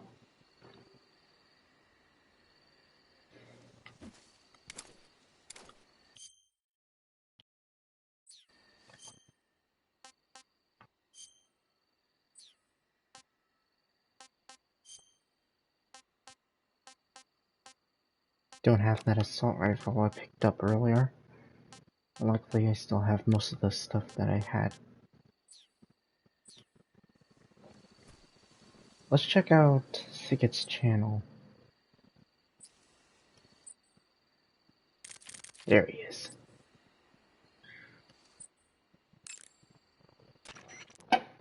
Yo! You're Snake, aren't you? And you're Sigint? None other. I heard that you're an expert on weapons, equipment, and cutting-edge technology. Close. Huh? I am the expert on weapons, equipment, and cutting-edge technology. Ah. I'm the guy that designed your trank gun, active sonar, and motion detector. If you want to know anything about weapons or equipment you find in the field, just send me a message and ask. Later.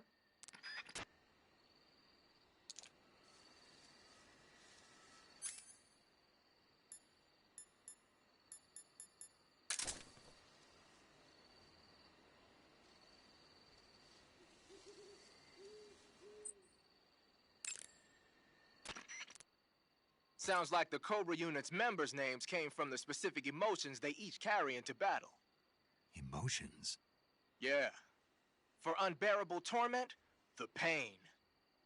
For true oblivion, the end. For infinite rage, the fury. For absolute terror, the fear. And for unsurpassed bliss, the joy. The joy? It's another name for the boss, because of the joy she feels in battle, I suppose.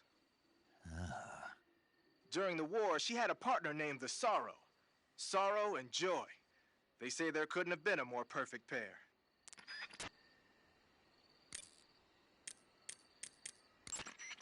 The Davy Crockett's that the boss took with her when she defected are mortars that fire nuclear warheads. They're named after Davy Crockett, the hero who died defending the Alamo in the Texan War of Independence. Remember the Alamo. That's right. The warheads are equivalent to between 10 and 20 tons of TNT. Every building within 150 yards of the hypocenter is completely obliterated. But the warheads the boss had with her were some kind of experimental super bomb, so they're actually even more powerful than that. I don't even want to think about what would happen if she used it again. Snake, you know what you have to do. Yeah, I know.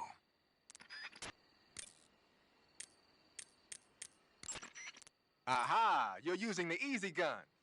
Yeah. What is this gun, anyway? I've never seen anything like it.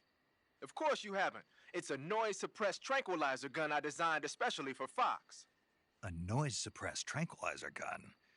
But it doesn't have a... It doesn't need a suppressor. What do you mean? The noise-suppressing mechanism is built into the tranquilizer rounds themselves. The inside of the powder case contains a tiny piston. It's set up so that when the firing gas pushes the piston pushes the bullet out of the chamber. The firing gas is sealed within the chamber by the piston, preventing it from escaping outside. That's why there's no sound when it fires. Fascinating. While I was at it, I also fitted it with an experimental laser sight. That ought to give you a good aim even when you're shooting from the hip. And just having the easy gun equipped makes it tougher for your camo index to drop. Wow. And it'll help you recover your stamina. Nice. On top of all that, it looks just like a Liberator. A what? A Liberator. We supplied them to the resistance in Europe during World War II. They look alike, don't they? Yeah. To be honest, that's the part I had the most trouble with. Getting the feature I just mentioned to work in a gun of that size and shape wasn't easy. But why? Why what? Why'd you go to all the trouble of making it look like a Liberator? 'Cause it looks cool, man. Why do you think?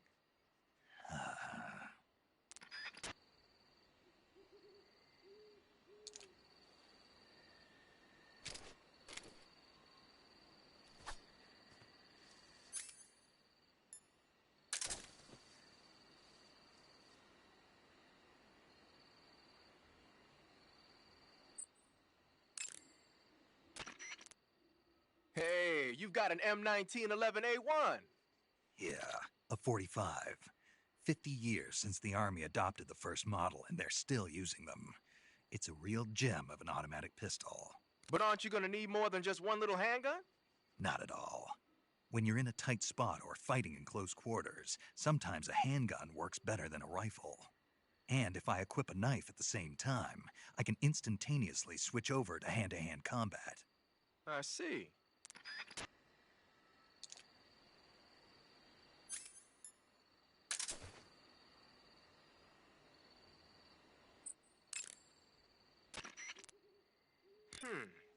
I've never seen a grenade like that one before. There are two basic types of grenades. Fragmentation grenades, which use shrapnel to kill or maim the target, and explosive grenades, which use the blast from the explosion as the offensive means. But the grenade you've got there isn't either of those. My best guess is that it's meant to knock the enemy out without hurting them. Most likely, it's an entirely new kind of weapon developed exclusively at Groznygrad. I've heard that the SAS is working on a low-impact grenade for training purposes, but I never thought they'd be used in an actual battle. The flash of light that occurs when the grenade explodes is probably produced by magnesium. It's the same stuff that's used in camera flashes. I'm thinking they cut down on killing power by reducing the amount of explosives and made up for it by making the flash and bang so strong that it overwhelms the enemy's senses. I guess you could call it a stun grenade. If I'm going to be stunned, I'd rather it be by a woman. Snap out of it. Anyone around when that thing goes off will be laid out. It ought to come in handy when you're trying to storm a room or when you don't want to kill the enemy.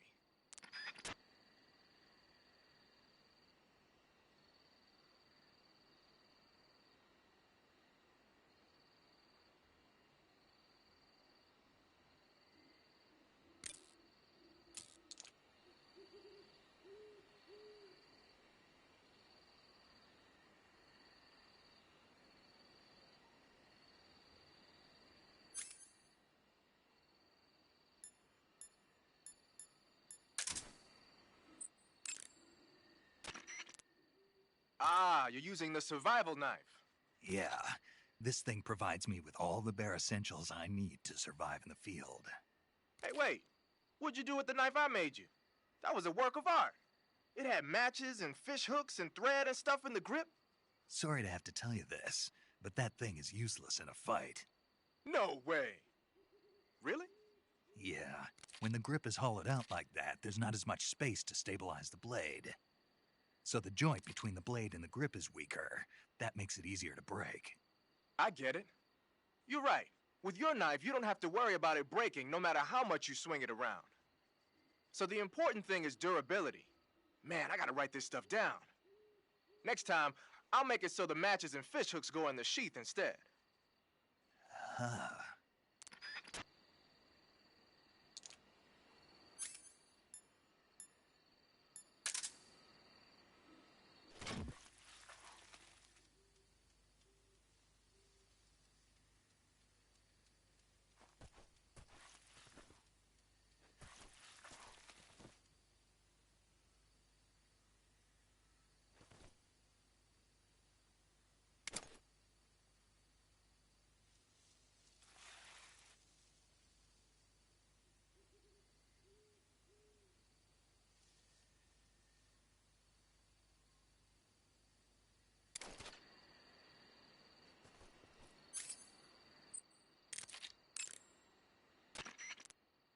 I see you've picked up a directional microphone.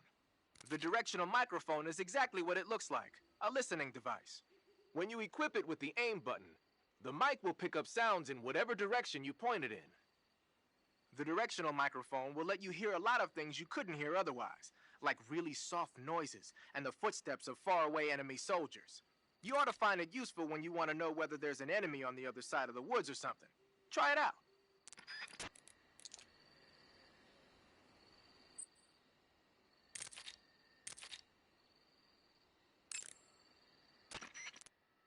Snake, your first task is to meet up with Adam, the contact provided by the KGB. The rendezvous point is the abandoned factory to the north of your current position. Head north. The abandoned factory. That's where I met Sokolov during the Virtuous mission.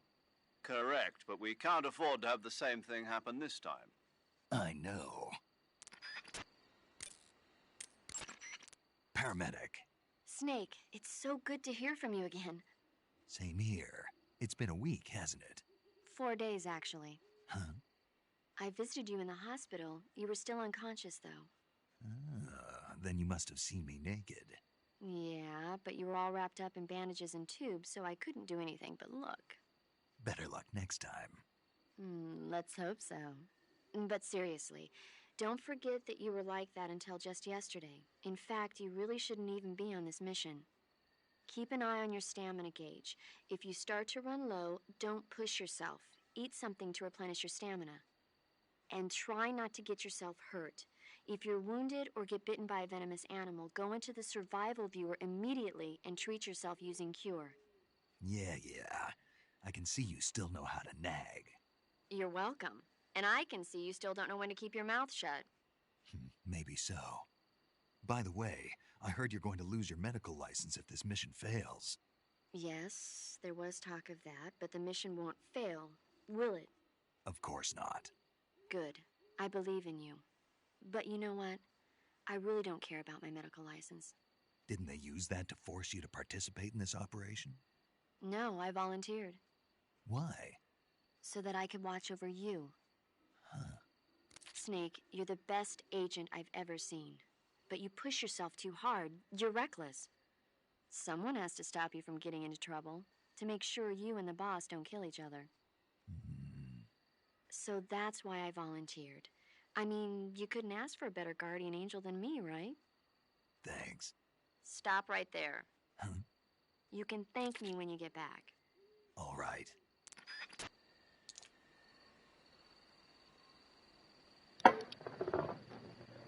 Let's continue going through this story.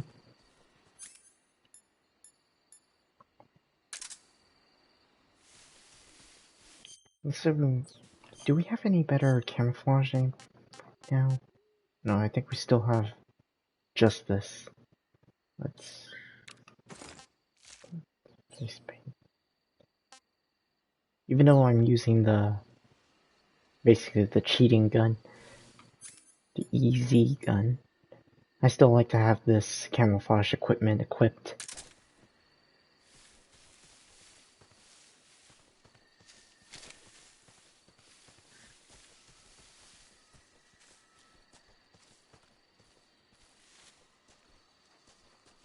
I wonder if I missed anything. I'm gonna check around, see if there's any like items or stuff.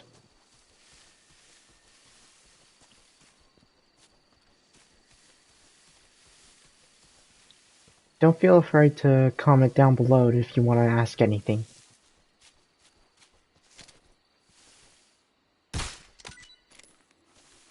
Mushrooms.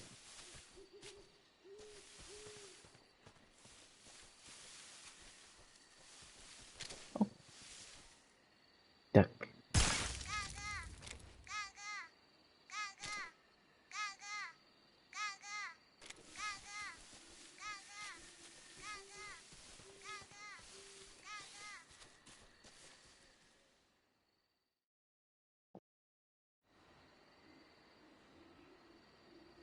Just a quick reminder to everyone, I will be playing this game multiple times, so I'm not just going to be playing on just the very easy mode. I will be playing on the other difficulties later on, after I complete it on the easy mode. So stick around on my channel and you'll see those eventually.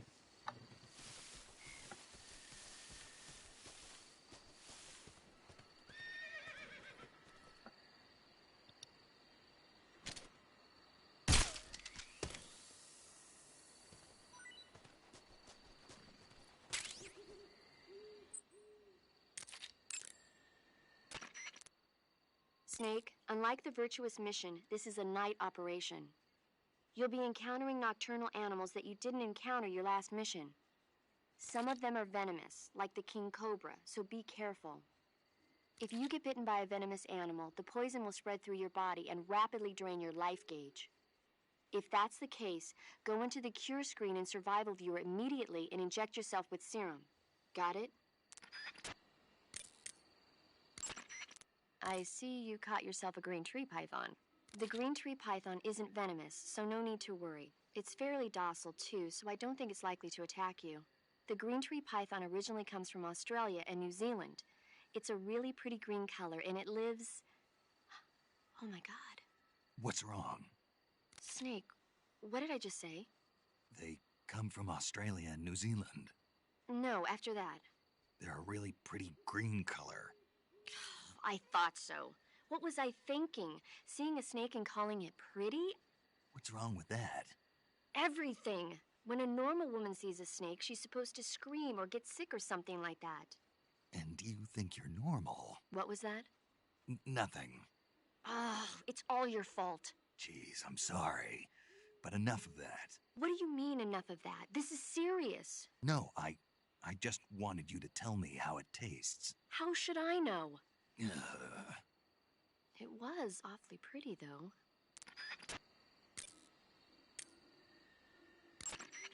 I see you found some Siberian ink cap mushrooms. The Siberian ink cap is a mushroom from the ink cap family. Its life cycle is transitory.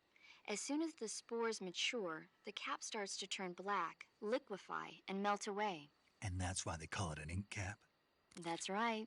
It doesn't really turn to liquid, but you get the idea. In its immature state, before it melts away, it's valued as a source of food. Just be sure not to eat them while you're drinking alcohol. Why's that? Ink caps contain coprin, which inhibits the function of aldehyde dehydrogenase. This prevents the body from breaking down alcohol, causing a buildup of acetaldehyde. Meaning? Meaning it will give you the hangover from hell. Oh, wait a minute. What? You think I'd drink alcohol in the middle of a mission? Wouldn't you? Hell no. Well, I'm knocking a shot back now. What? Just teasing you. Oh, come on. Where's your sense of humor? I need a drink.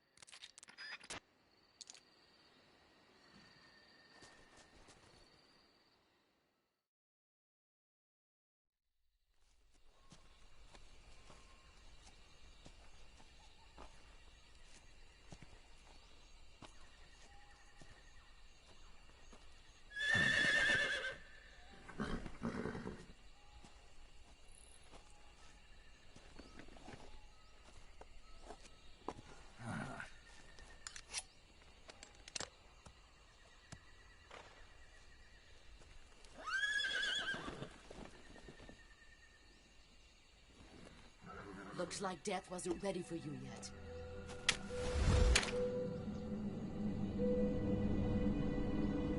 Boss. That arm still hurt?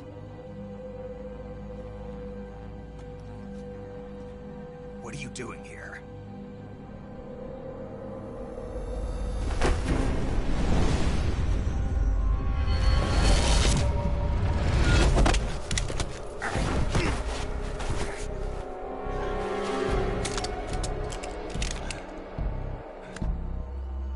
Go home.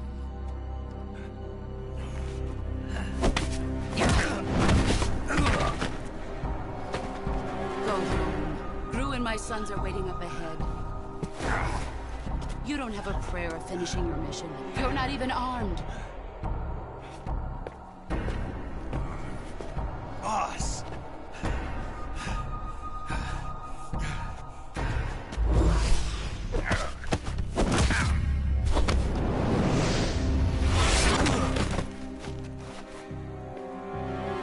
I'm not your boss anymore. There's nothing for you here. Go home. Go back to your boss. There's no need to prove that you are virtuous here. This isn't America.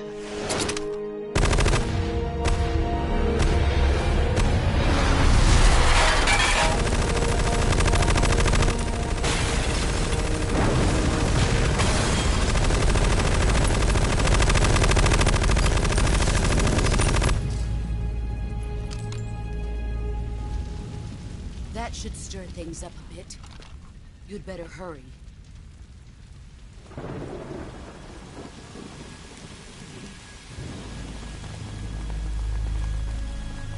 The border is 60 miles south of here. You ought to be able to run that far.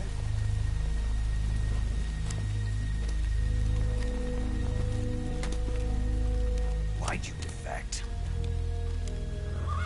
I didn't. I'm loyal to the end, to my purpose. What about you, Jack?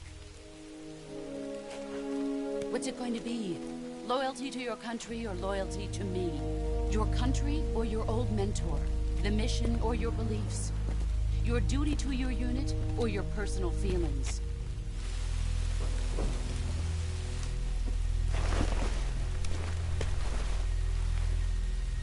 You don't know the truth yet. But sooner or later you'll have to choose. I don't expect you to forgive me.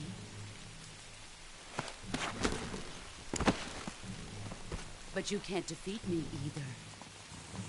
You know me too well.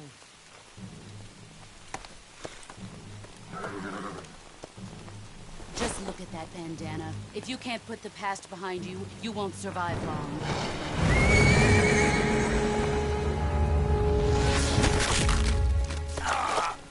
If we meet again, I'll kill you.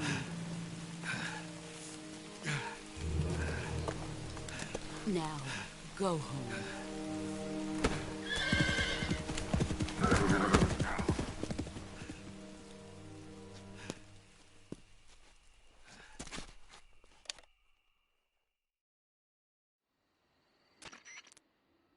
This is Snake. Major Zero. I read you, Snake. I was ambushed by the boss. You were what? The drone's been shot to hell. It's up in flames. That's not good. Enemy scouts are going to come looking for you. Yeah, I know. But what was the boss doing here in the first place? There's got to be a leak somewhere. No, that's impossible. The man the boss is working with, Volgin, isn't exactly on speaking terms with Khrushchev. I lost my gun. The boss destroyed it. Snake, I know how you're feeling. It's hard for me to believe, too, that a legendary hero like the boss would go over to the Russians. That she'd double-cross us like this. But that's how it is, and if you don't accept it, you'll never be able to beat her. That's not the problem. In terms of sheer technique, I'll never be able to beat her. I know that all too well. You've got to do it, Snake. She's your enemy and your objective. Enemy? We were together for 10 years, and now you tell me she's my enemy? Enough. Hurry to the factory where Adam is waiting. Scouts have probably already been sent out to investigate the explosion. You've lost your weapon, right? That means you've got no chance of winning in a battle situation. Whatever you do, don't let them see you. Well, that happened.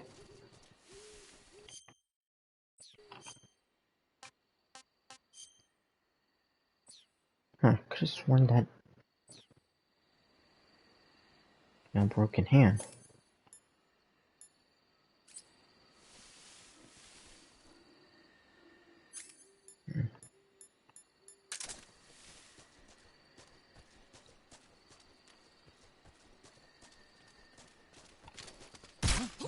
What's wrong? Oh, I'm glad that didn't alert everyone.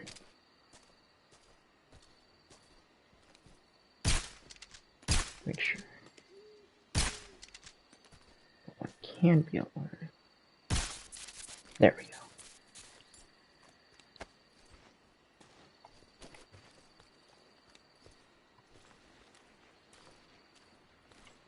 Keep forgetting. I already played this game before, but I already clearly have forgotten when these enemies pop up.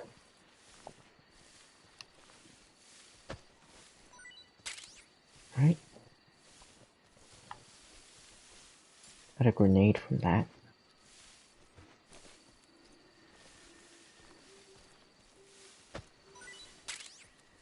And whatever that is.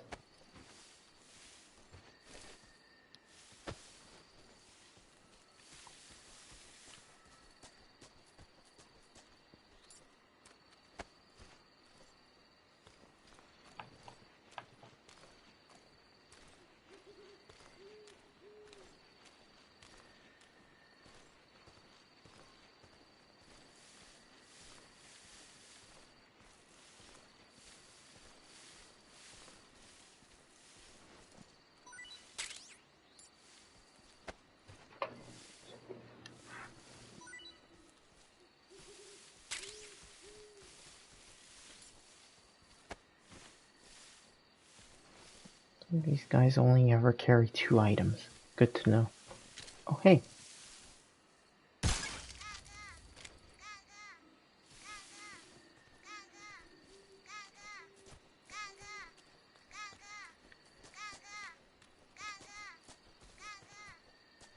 I'm supposed to go that way. Let me see if there's anything over this direction. I think I know what's over here.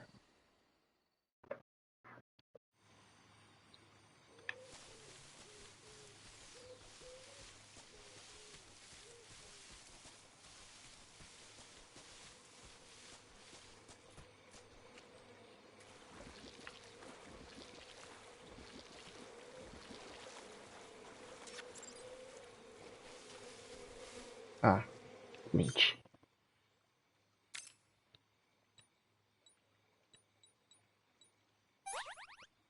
Get rid of that.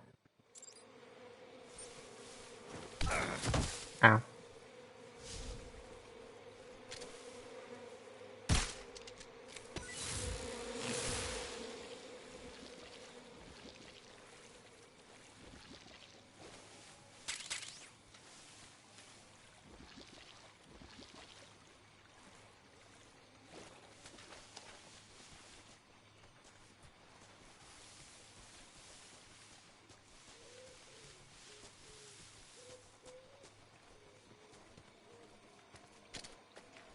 Found another one.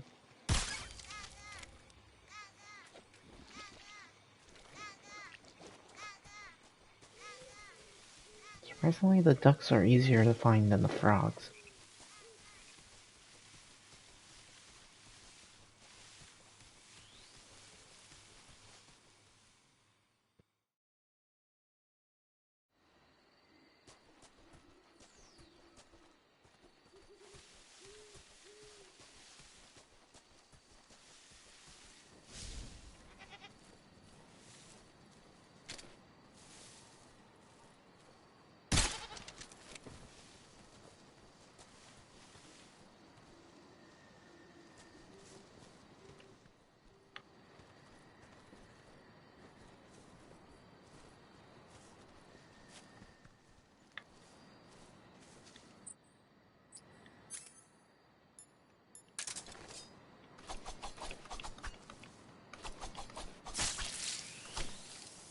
There we go.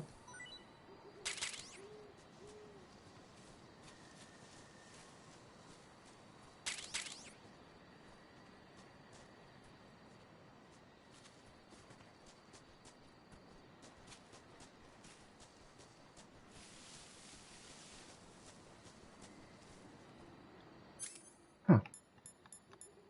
There's another one.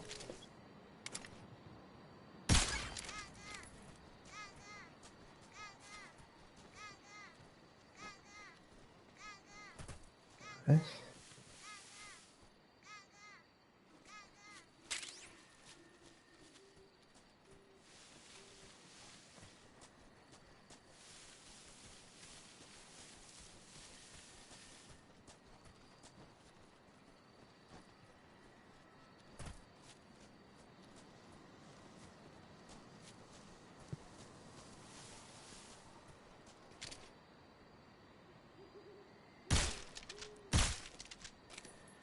Just sworn that moved.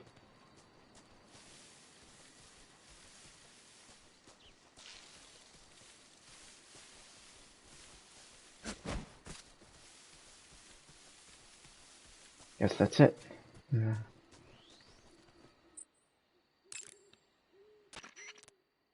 I see you caught a markhor.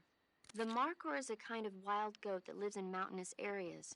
It's quite large, so I don't think you'll be able to capture one alive, even with the tranquilizer gun. All right. Speaking of which, do you know the origin of the name markhor? No. It means snake eater in Persian. Snake eater? Lost your appetite? Not at all. So, how does it taste? It's supposed to be pretty good. All right.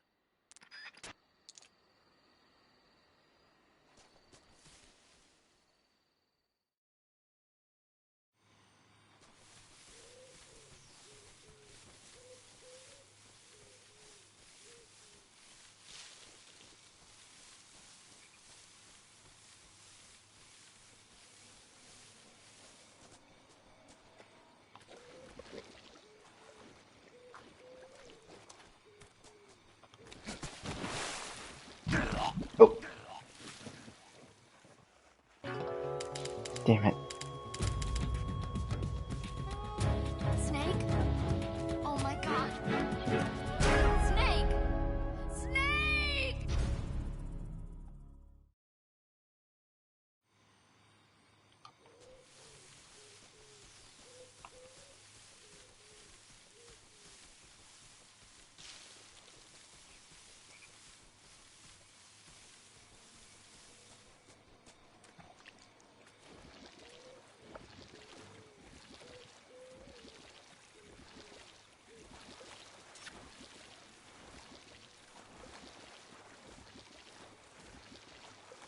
I got a leech on me.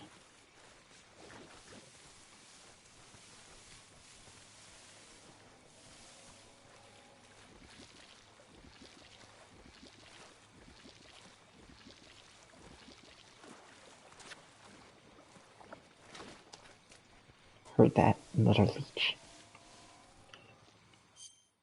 Wait. Really quick.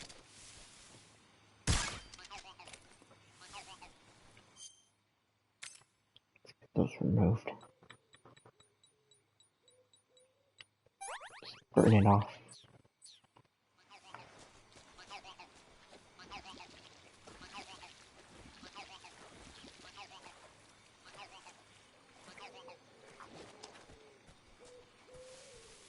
Alright. I'll be right back.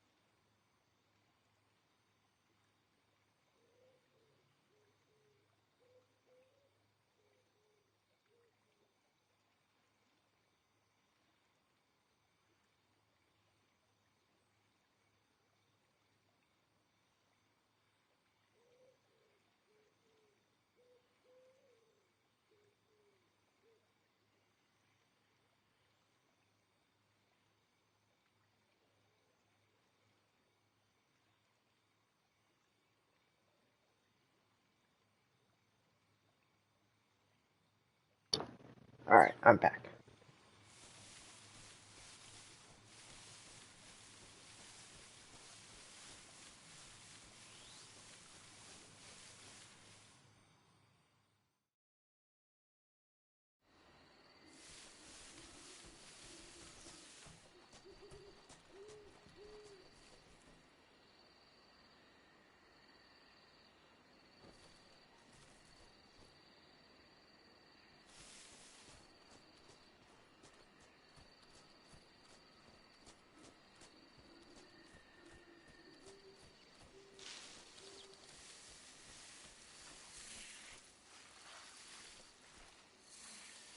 Cobra.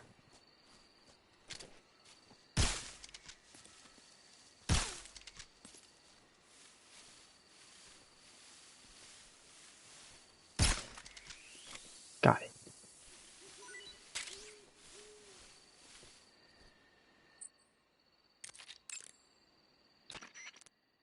I see you've caught a king cobra. The king cobra is the world's largest venomous snake. Its large size means that it has a lot of venom to inject. One bite is supposedly enough to kill an elephant. And it's extremely vicious as well, so watch out. If you get bitten by a king cobra and injected with venom, your life will start to decrease rapidly. As soon as you're bitten, go into the survival viewer and use Cure to give yourself a serum injection. The king cobra's diet consists mostly of other snakes. Be careful, or you might end up as its next meal. Got it. So... What? How does it taste? Yep. Ugh. It seems you're the one whose diet consists of other snakes. You're making me blush. The guide says they taste just fine. Ugh.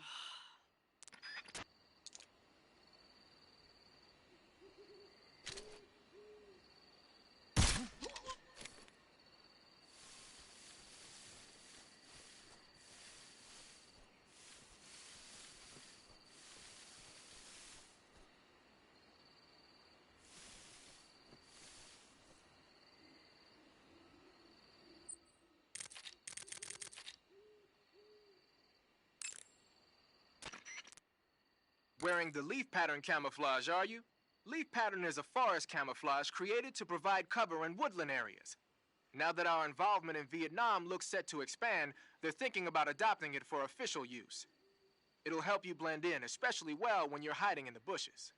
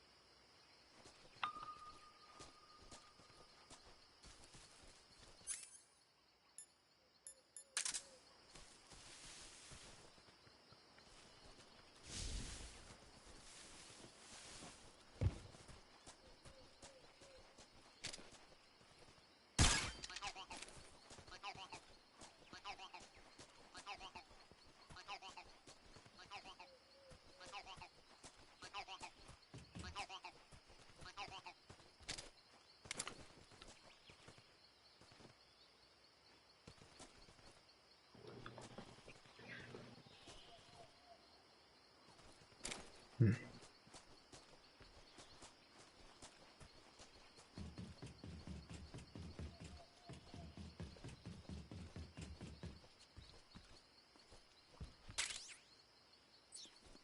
Cool.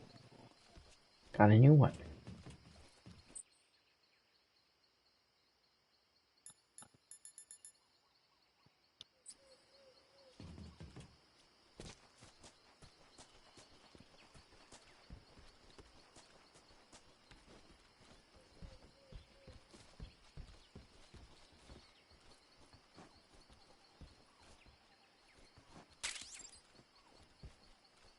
I got the cardboard box. Let's equip that immediately.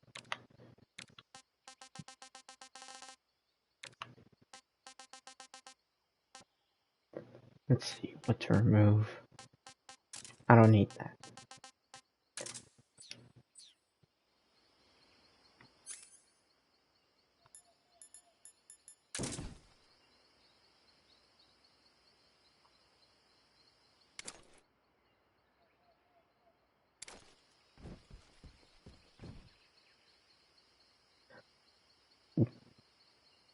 Let's talk to the others while I'm in this box. Start with you first.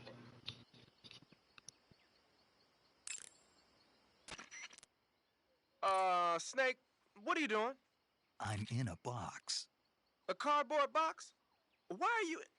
I don't know, I was just looking at it, and suddenly I got this irresistible urge to get inside. No, not just an urge. More than that. It was my destiny to be here. In the box. Destiny? Yeah.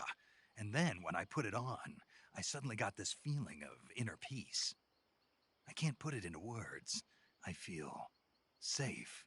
Like this is where I was meant to be.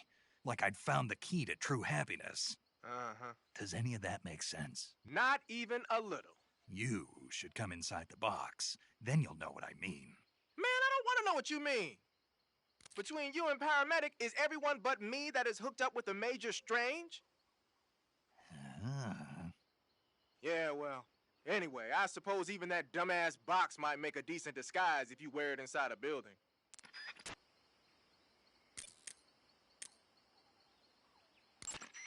You've arrived at the factory, I see. Yeah, now to meet up with this Adam guy. Good. Go to it. So where is he? We weren't given an exact location. How about a time? Nothing was specified. A physical description? I'm not sure. How am I supposed to find him then? You won't need to. Huh? He'll find you. Why don't you try the room to the northeast where you met Sokolov? Adam might be in there. I see you have a calorie mate. Calorie mate? The thing you're holding now? Oh, the little block that looks like a cookie? Try it, it's pretty good. Okay. But what is this thing? Never seen anything like it. Calorie Mate is an energy supplement that contains all the proteins, lipids, vitamins, carbohydrates, and minerals needed for a balanced diet. It's a well-balanced food. Because of that, it's just perfect for giving your body the nutrition it needs in combat. It sounds like a space-age food. Real astronaut food is not very good, but that should taste fine. Yeah, and it'll help balance out all this jungle food I'm eating. It's easy and quick to eat, so it's perfect when you're running late for an important mission in the morning. I've never been late for a mission. Really? Aren't you always keeping people waiting? What? Furthermore, one of Calorie Mate's biggest advantages is that they are all exactly the same portion size. So no matter how you eat it, you always get the same nutrients, flavor, and calories. Each Calorie Mate has a set number of calories, so it's easy to keep track of your calorie intake. All of the geisha girls in Japan use Calorie Mate for watching their calories. I see. You seem to know a lot about Japan, don't you? Yes, I love Japan.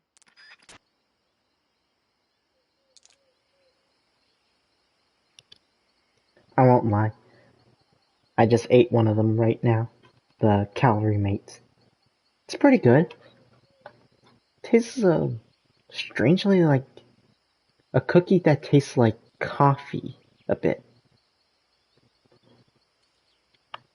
Not sure if that's the way I would put it, but that's what it kind of tastes like to me. Just a cookie that tastes like coffee. But it's pretty good. Alright. Let's continue.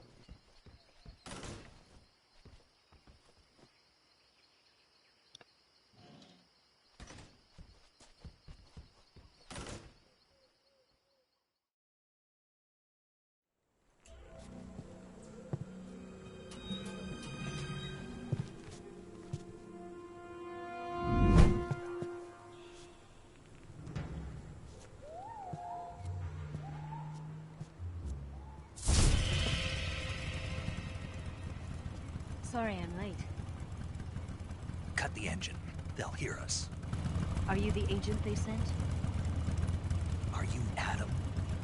I thought you were supposed to be a man. Adam couldn't make it. All right, say the password. Who are the Patriots? Who are the Patriots? Answer me!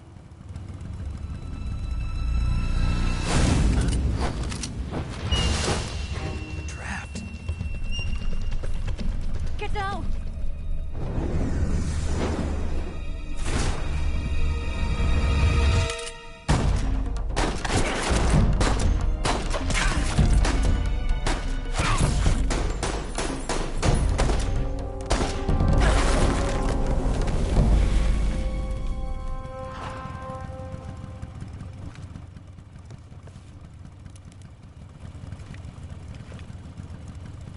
There is your answer.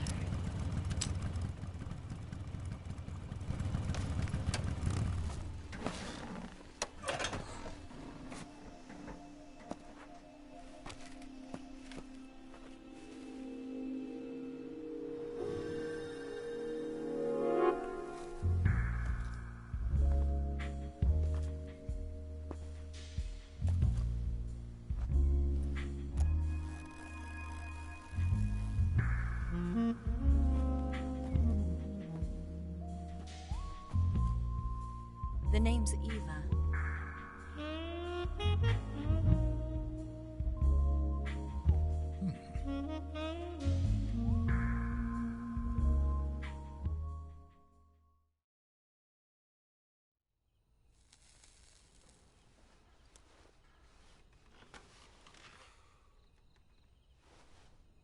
This wasn't part of the plan. What happened to Adam?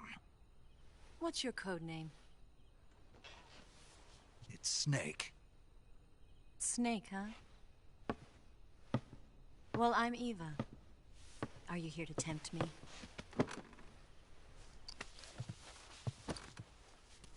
What happened to Adam? Colonel Volgan is a very suspicious man. He decided Adam wasn't the right person for this mission. And you were? Yes. Why? Because I can do things he can't. I heard you used to be a codebreaker for the NSA. I was. 4 years ago, I defected to the Soviet Union with Adam. Mauser military. The broom handle. It packs quite a punch. Nice to have when you're on a bike. You held it sideways and used the muzzle jump to create a horizontal sweep. That was impressive. Bet you've never seen that technique in the West. It's imitation, isn't it? Yeah. It's a Chinese Type 17 pistol. Around here, even that's hard to come by. Don't worry, though. The one I've got for you is American-made.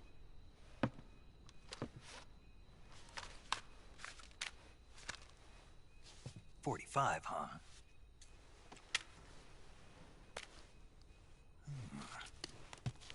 Incredible. Do you like it? The feeding ramp is polished to a mirror sheen. The slide's been reinforced, and the interlock with the frame is tightened for added precision. The sight system is original too. The thumb safety is extended to make it easier on the finger. A long type trigger with non-slip grooves. A ring hammer. The base of the trigger guard's been filed down for a higher grip. And not only that, nearly every part of this gun has been expertly crafted and customized.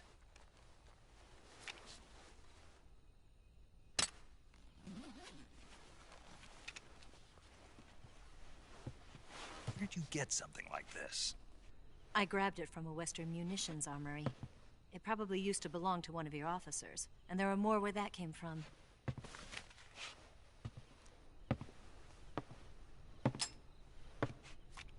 You had this with you, didn't you? Better take this too. What's that? A disguise to make you look like a scientist. A disguise? Yes. You're here to rescue Sokolov, right? Sokolov's still safe then? Yes. He's being forced to continue his work on the Shagohod. Where? At the lab. They've got a whole army of scientists there developing new weapons. Security is tight, but if you disguise yourself as a scientist, you might be able to sneak in. Can we get Sokolov out of there? We'll see, won't we? Tell me how to get to the lab. The safest way in is from the rear. First, you'll need to head north through the jungle. You'll come to a heliport used for shipping materials. Pass the heliport and continue north, and there will be a large crevice. Descend into that area and you'll reach a cave. Move through the cave and you will arrive at a mangrove swamp. After the swamp, there'll be a warehouse. Make your way through the warehouse and you'll come out just south of the lab. Got it. And just what are you doing there? In close-range combat, a knife can sometimes be more useful than a gun. By doing this, I'll be able to hold a knife at the same time and still keep the gun steady. That way, I can instantly switch between a gun battle and a knife fight.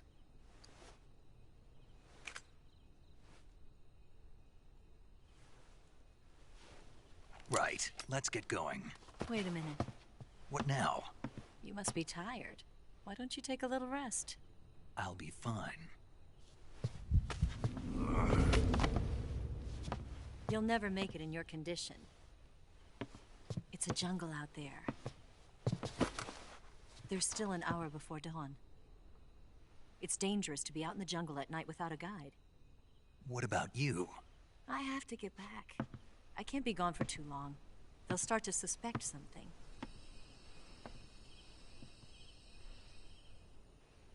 Don't worry.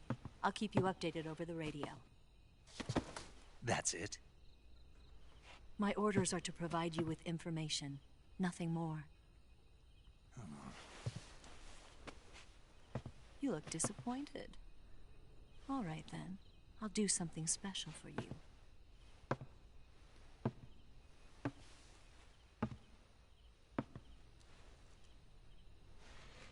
I'll stand watch until dawn. Now be a good boy and lie down.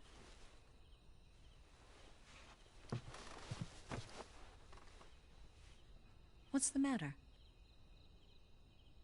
I don't know you well enough to trust you. How well do you have to know me to trust me? I don't know if I can trust anybody.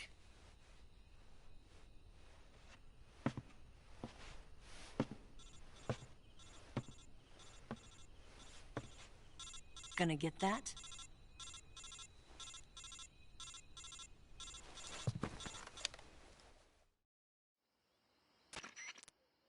She's right, Snake. You should get some sleep. Although in your condition, you really ought to be back in the ICU. Whenever you save the game and quit, you'll go to sleep. Sleeping allows you to gain back stamina naturally. Depending on how long you sleep, you may also recover naturally from sickness and injury. When you're tired or hurt, the best thing to do is just get some sleep. So do yourself a favor and take a nap. Doctor's orders, okay? Yeah, okay.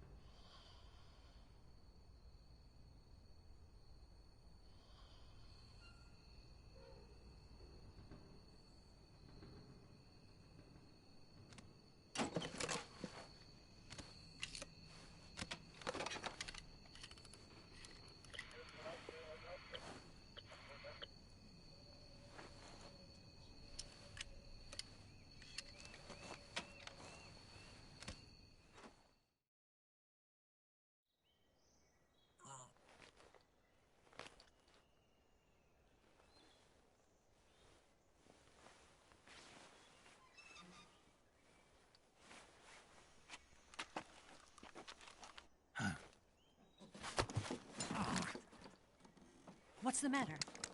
We're surrounded. I see 4 of them.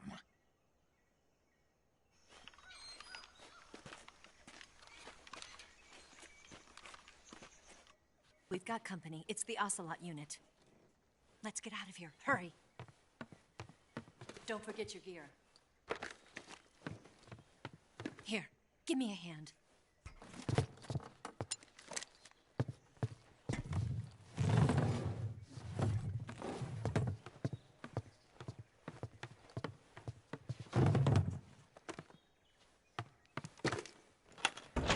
We can use this to get to the basement.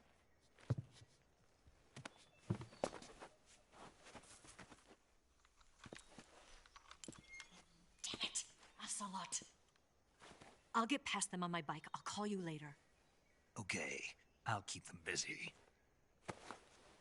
Huh? Don't go dying on me now.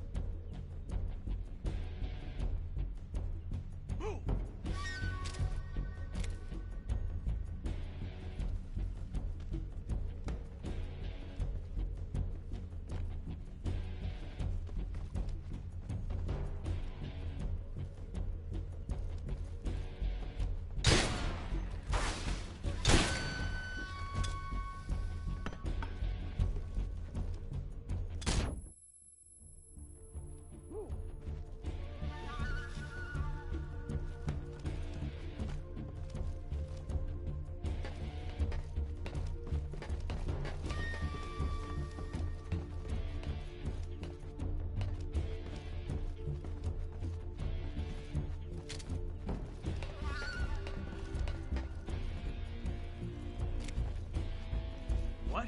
Not here? Did he get away? Did we lose him? He's got to be around here. Find him! Move!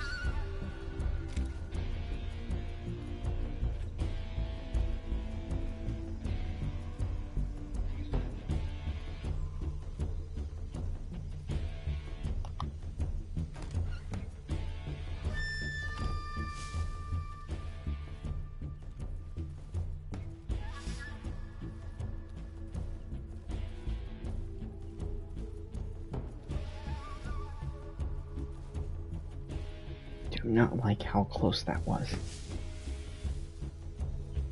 I need to get better at stealth, because I know I would have been caught instantly if I didn't have this pistol.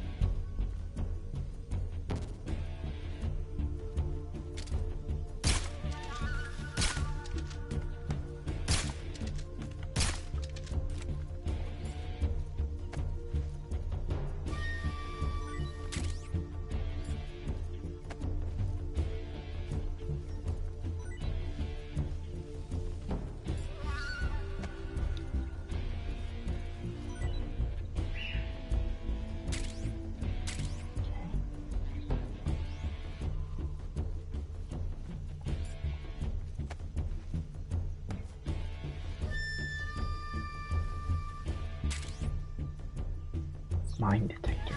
That'll come in handy.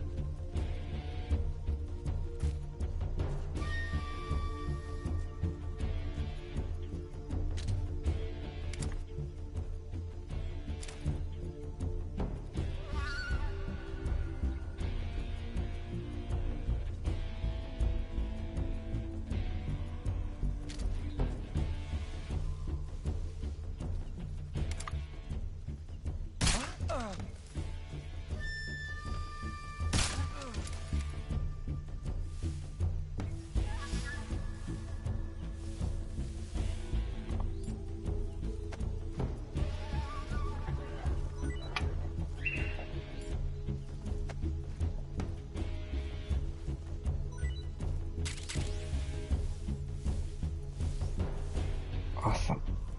Found some ramen noodles. Wonder if any of these guys have some more.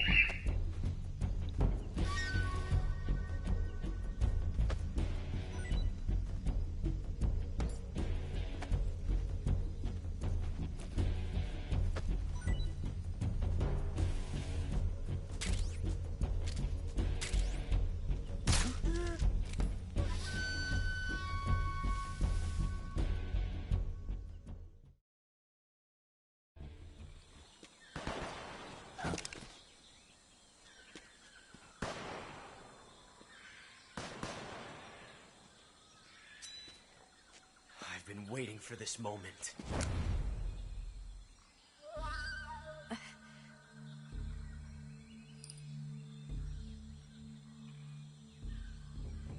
That's it.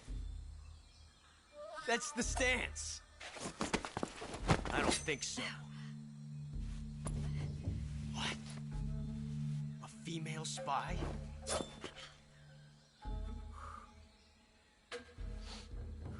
This bitch is wearing perfume. Stay where you are. I've had enough of your judo. I see you've got yourself a single-action army. That's right. There'll be no accidents this time. You call that an accident? Well, it wouldn't have happened if you hadn't been showing off. What did you say? It's a nice gun, I'll give you that. But the engraving gives you no tactical advantage whatsoever. Unless you were planning to auction it off as a collector's item. And you're forgetting one more very basic thing. You don't have what it takes to kill me. We'll see.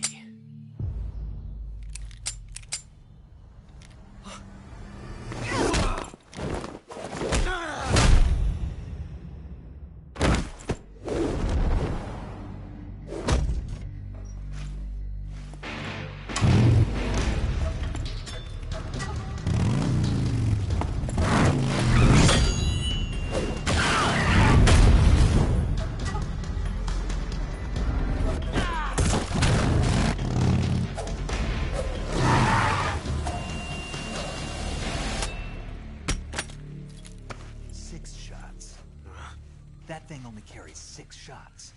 The Makarov carries 8. You have to get a feel for how many you have left.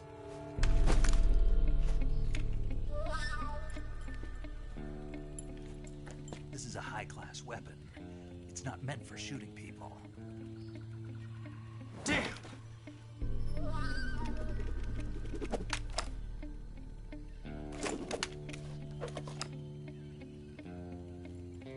This isn't over yet. Don't. Why? He's still young. You'll regret stopping me.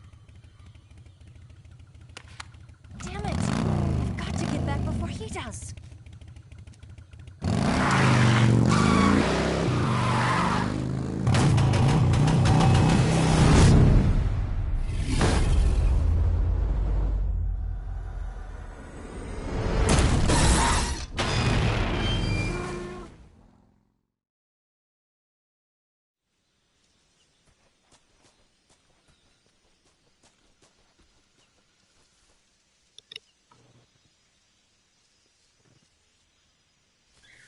Well, that happened. Let's talk with a few others, and then I think we'll end the video off here and continue this another day. Hey, Snake, remember back at the abandoned factory when you whittled the grip of that 45 down? Yeah, I've never heard of a customization like that before. Why the grip? to fit it with a knife. A knife? You're gonna keep the knife and the gun both at the ready? That's the idea. Why would you want to do that? Sometimes a knife works better in close proximity encounters. So I equip both at the same time. That way I can switch back and forth in an instant. Badass. So that's that. CQC. It looks like you've got rid of all the ocelots. Yeah. Now proceed with the rescue of Sokolov. According to Eva, you should start by going to the crevice to the north and... Can we trust her? What's that? Eva is with the KGB, isn't she? Can I really believe what she says? How do I know she won't double-cross me? There are no guarantees in espionage, Snake, only calculated guesses. At this point in time, the KGB stands nothing to gain by stabbing us in the back. So you're saying I can trust her? I'm saying the chance that she'll betray you is low. Ah. Of course, we checked the route she gave you against our own data. It looks like a pretty solid infiltration route. It makes good use of weak spots in the enemy's defenses. You shouldn't have any problems. Follow the route Eva showed you and proceed with the mission. Roger. First, enter the cave through the crevice. Eva said it was to the north, so head that way. You got some instant noodles, huh? Instant noodles? Uh-huh. It was invented in Japan just recently. Add some hot water and it's ready to eat. It's cheap and can be stored for a long time. And besides, it's delicious. It's like a miracle food. Wow. Speaking of which... Yeah? Are you going to eat that? I was planning on it, yeah. Oh, all right. Is there some reason I shouldn't? No, that's not what I meant. Then what did you mean? I was just going to say that if you weren't going to eat it, you should bring it back to me. I've always wanted to try some. Whatever.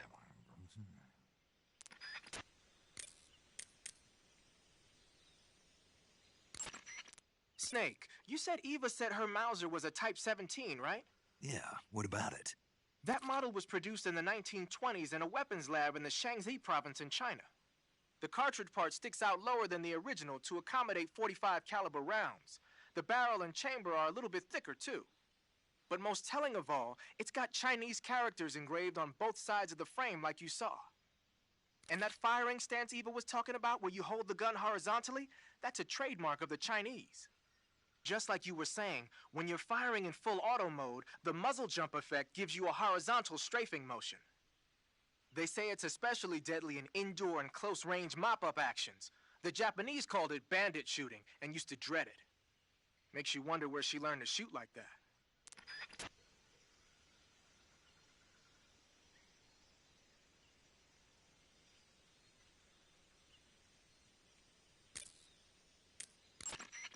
Do you want to save?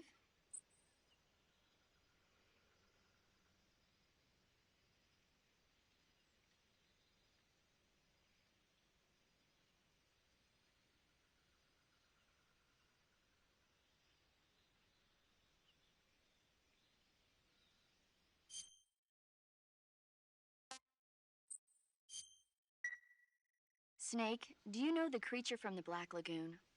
Nope, never heard of it. These scientists are investigating a place deep in the Amazon called the Black Lagoon, and they get picked off one after the other by this fishman thing. And there was this scene when the heroine is going for a swim, and the creature sneaks up on her from underwater. Oh, I thought my heart was going to stop. I mean, of course, the 3D effects in It Came from Outer Space were a lot more intense, but... It wouldn't be referring to you coming from outer space, would it? How rude! Why do you say that? Because no one on Earth could be as charming as you. Fine. I'll just get to the point, Snake. Be careful of what's around you when you're in the water. Just imagining you swimming in those jungle rivers makes me think of you being attacked by a fishman. I appreciate the concern. Fishmen aren't the only things that'll attack you in the water. Really be careful out there. Okay. And don't be attacking any pretty girls going for a swim, either. Are you calling me a fishman? You started it.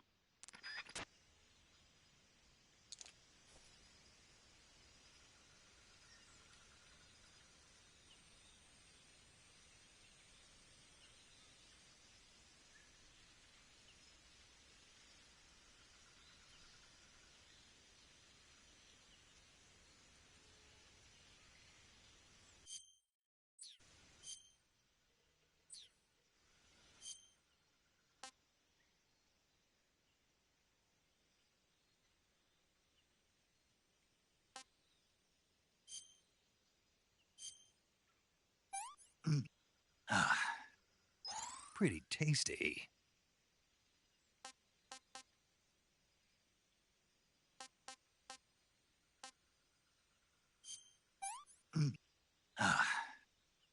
Disgusting.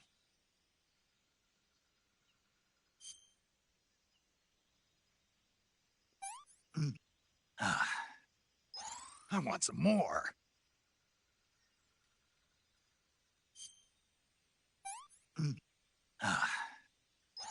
Hey, this works.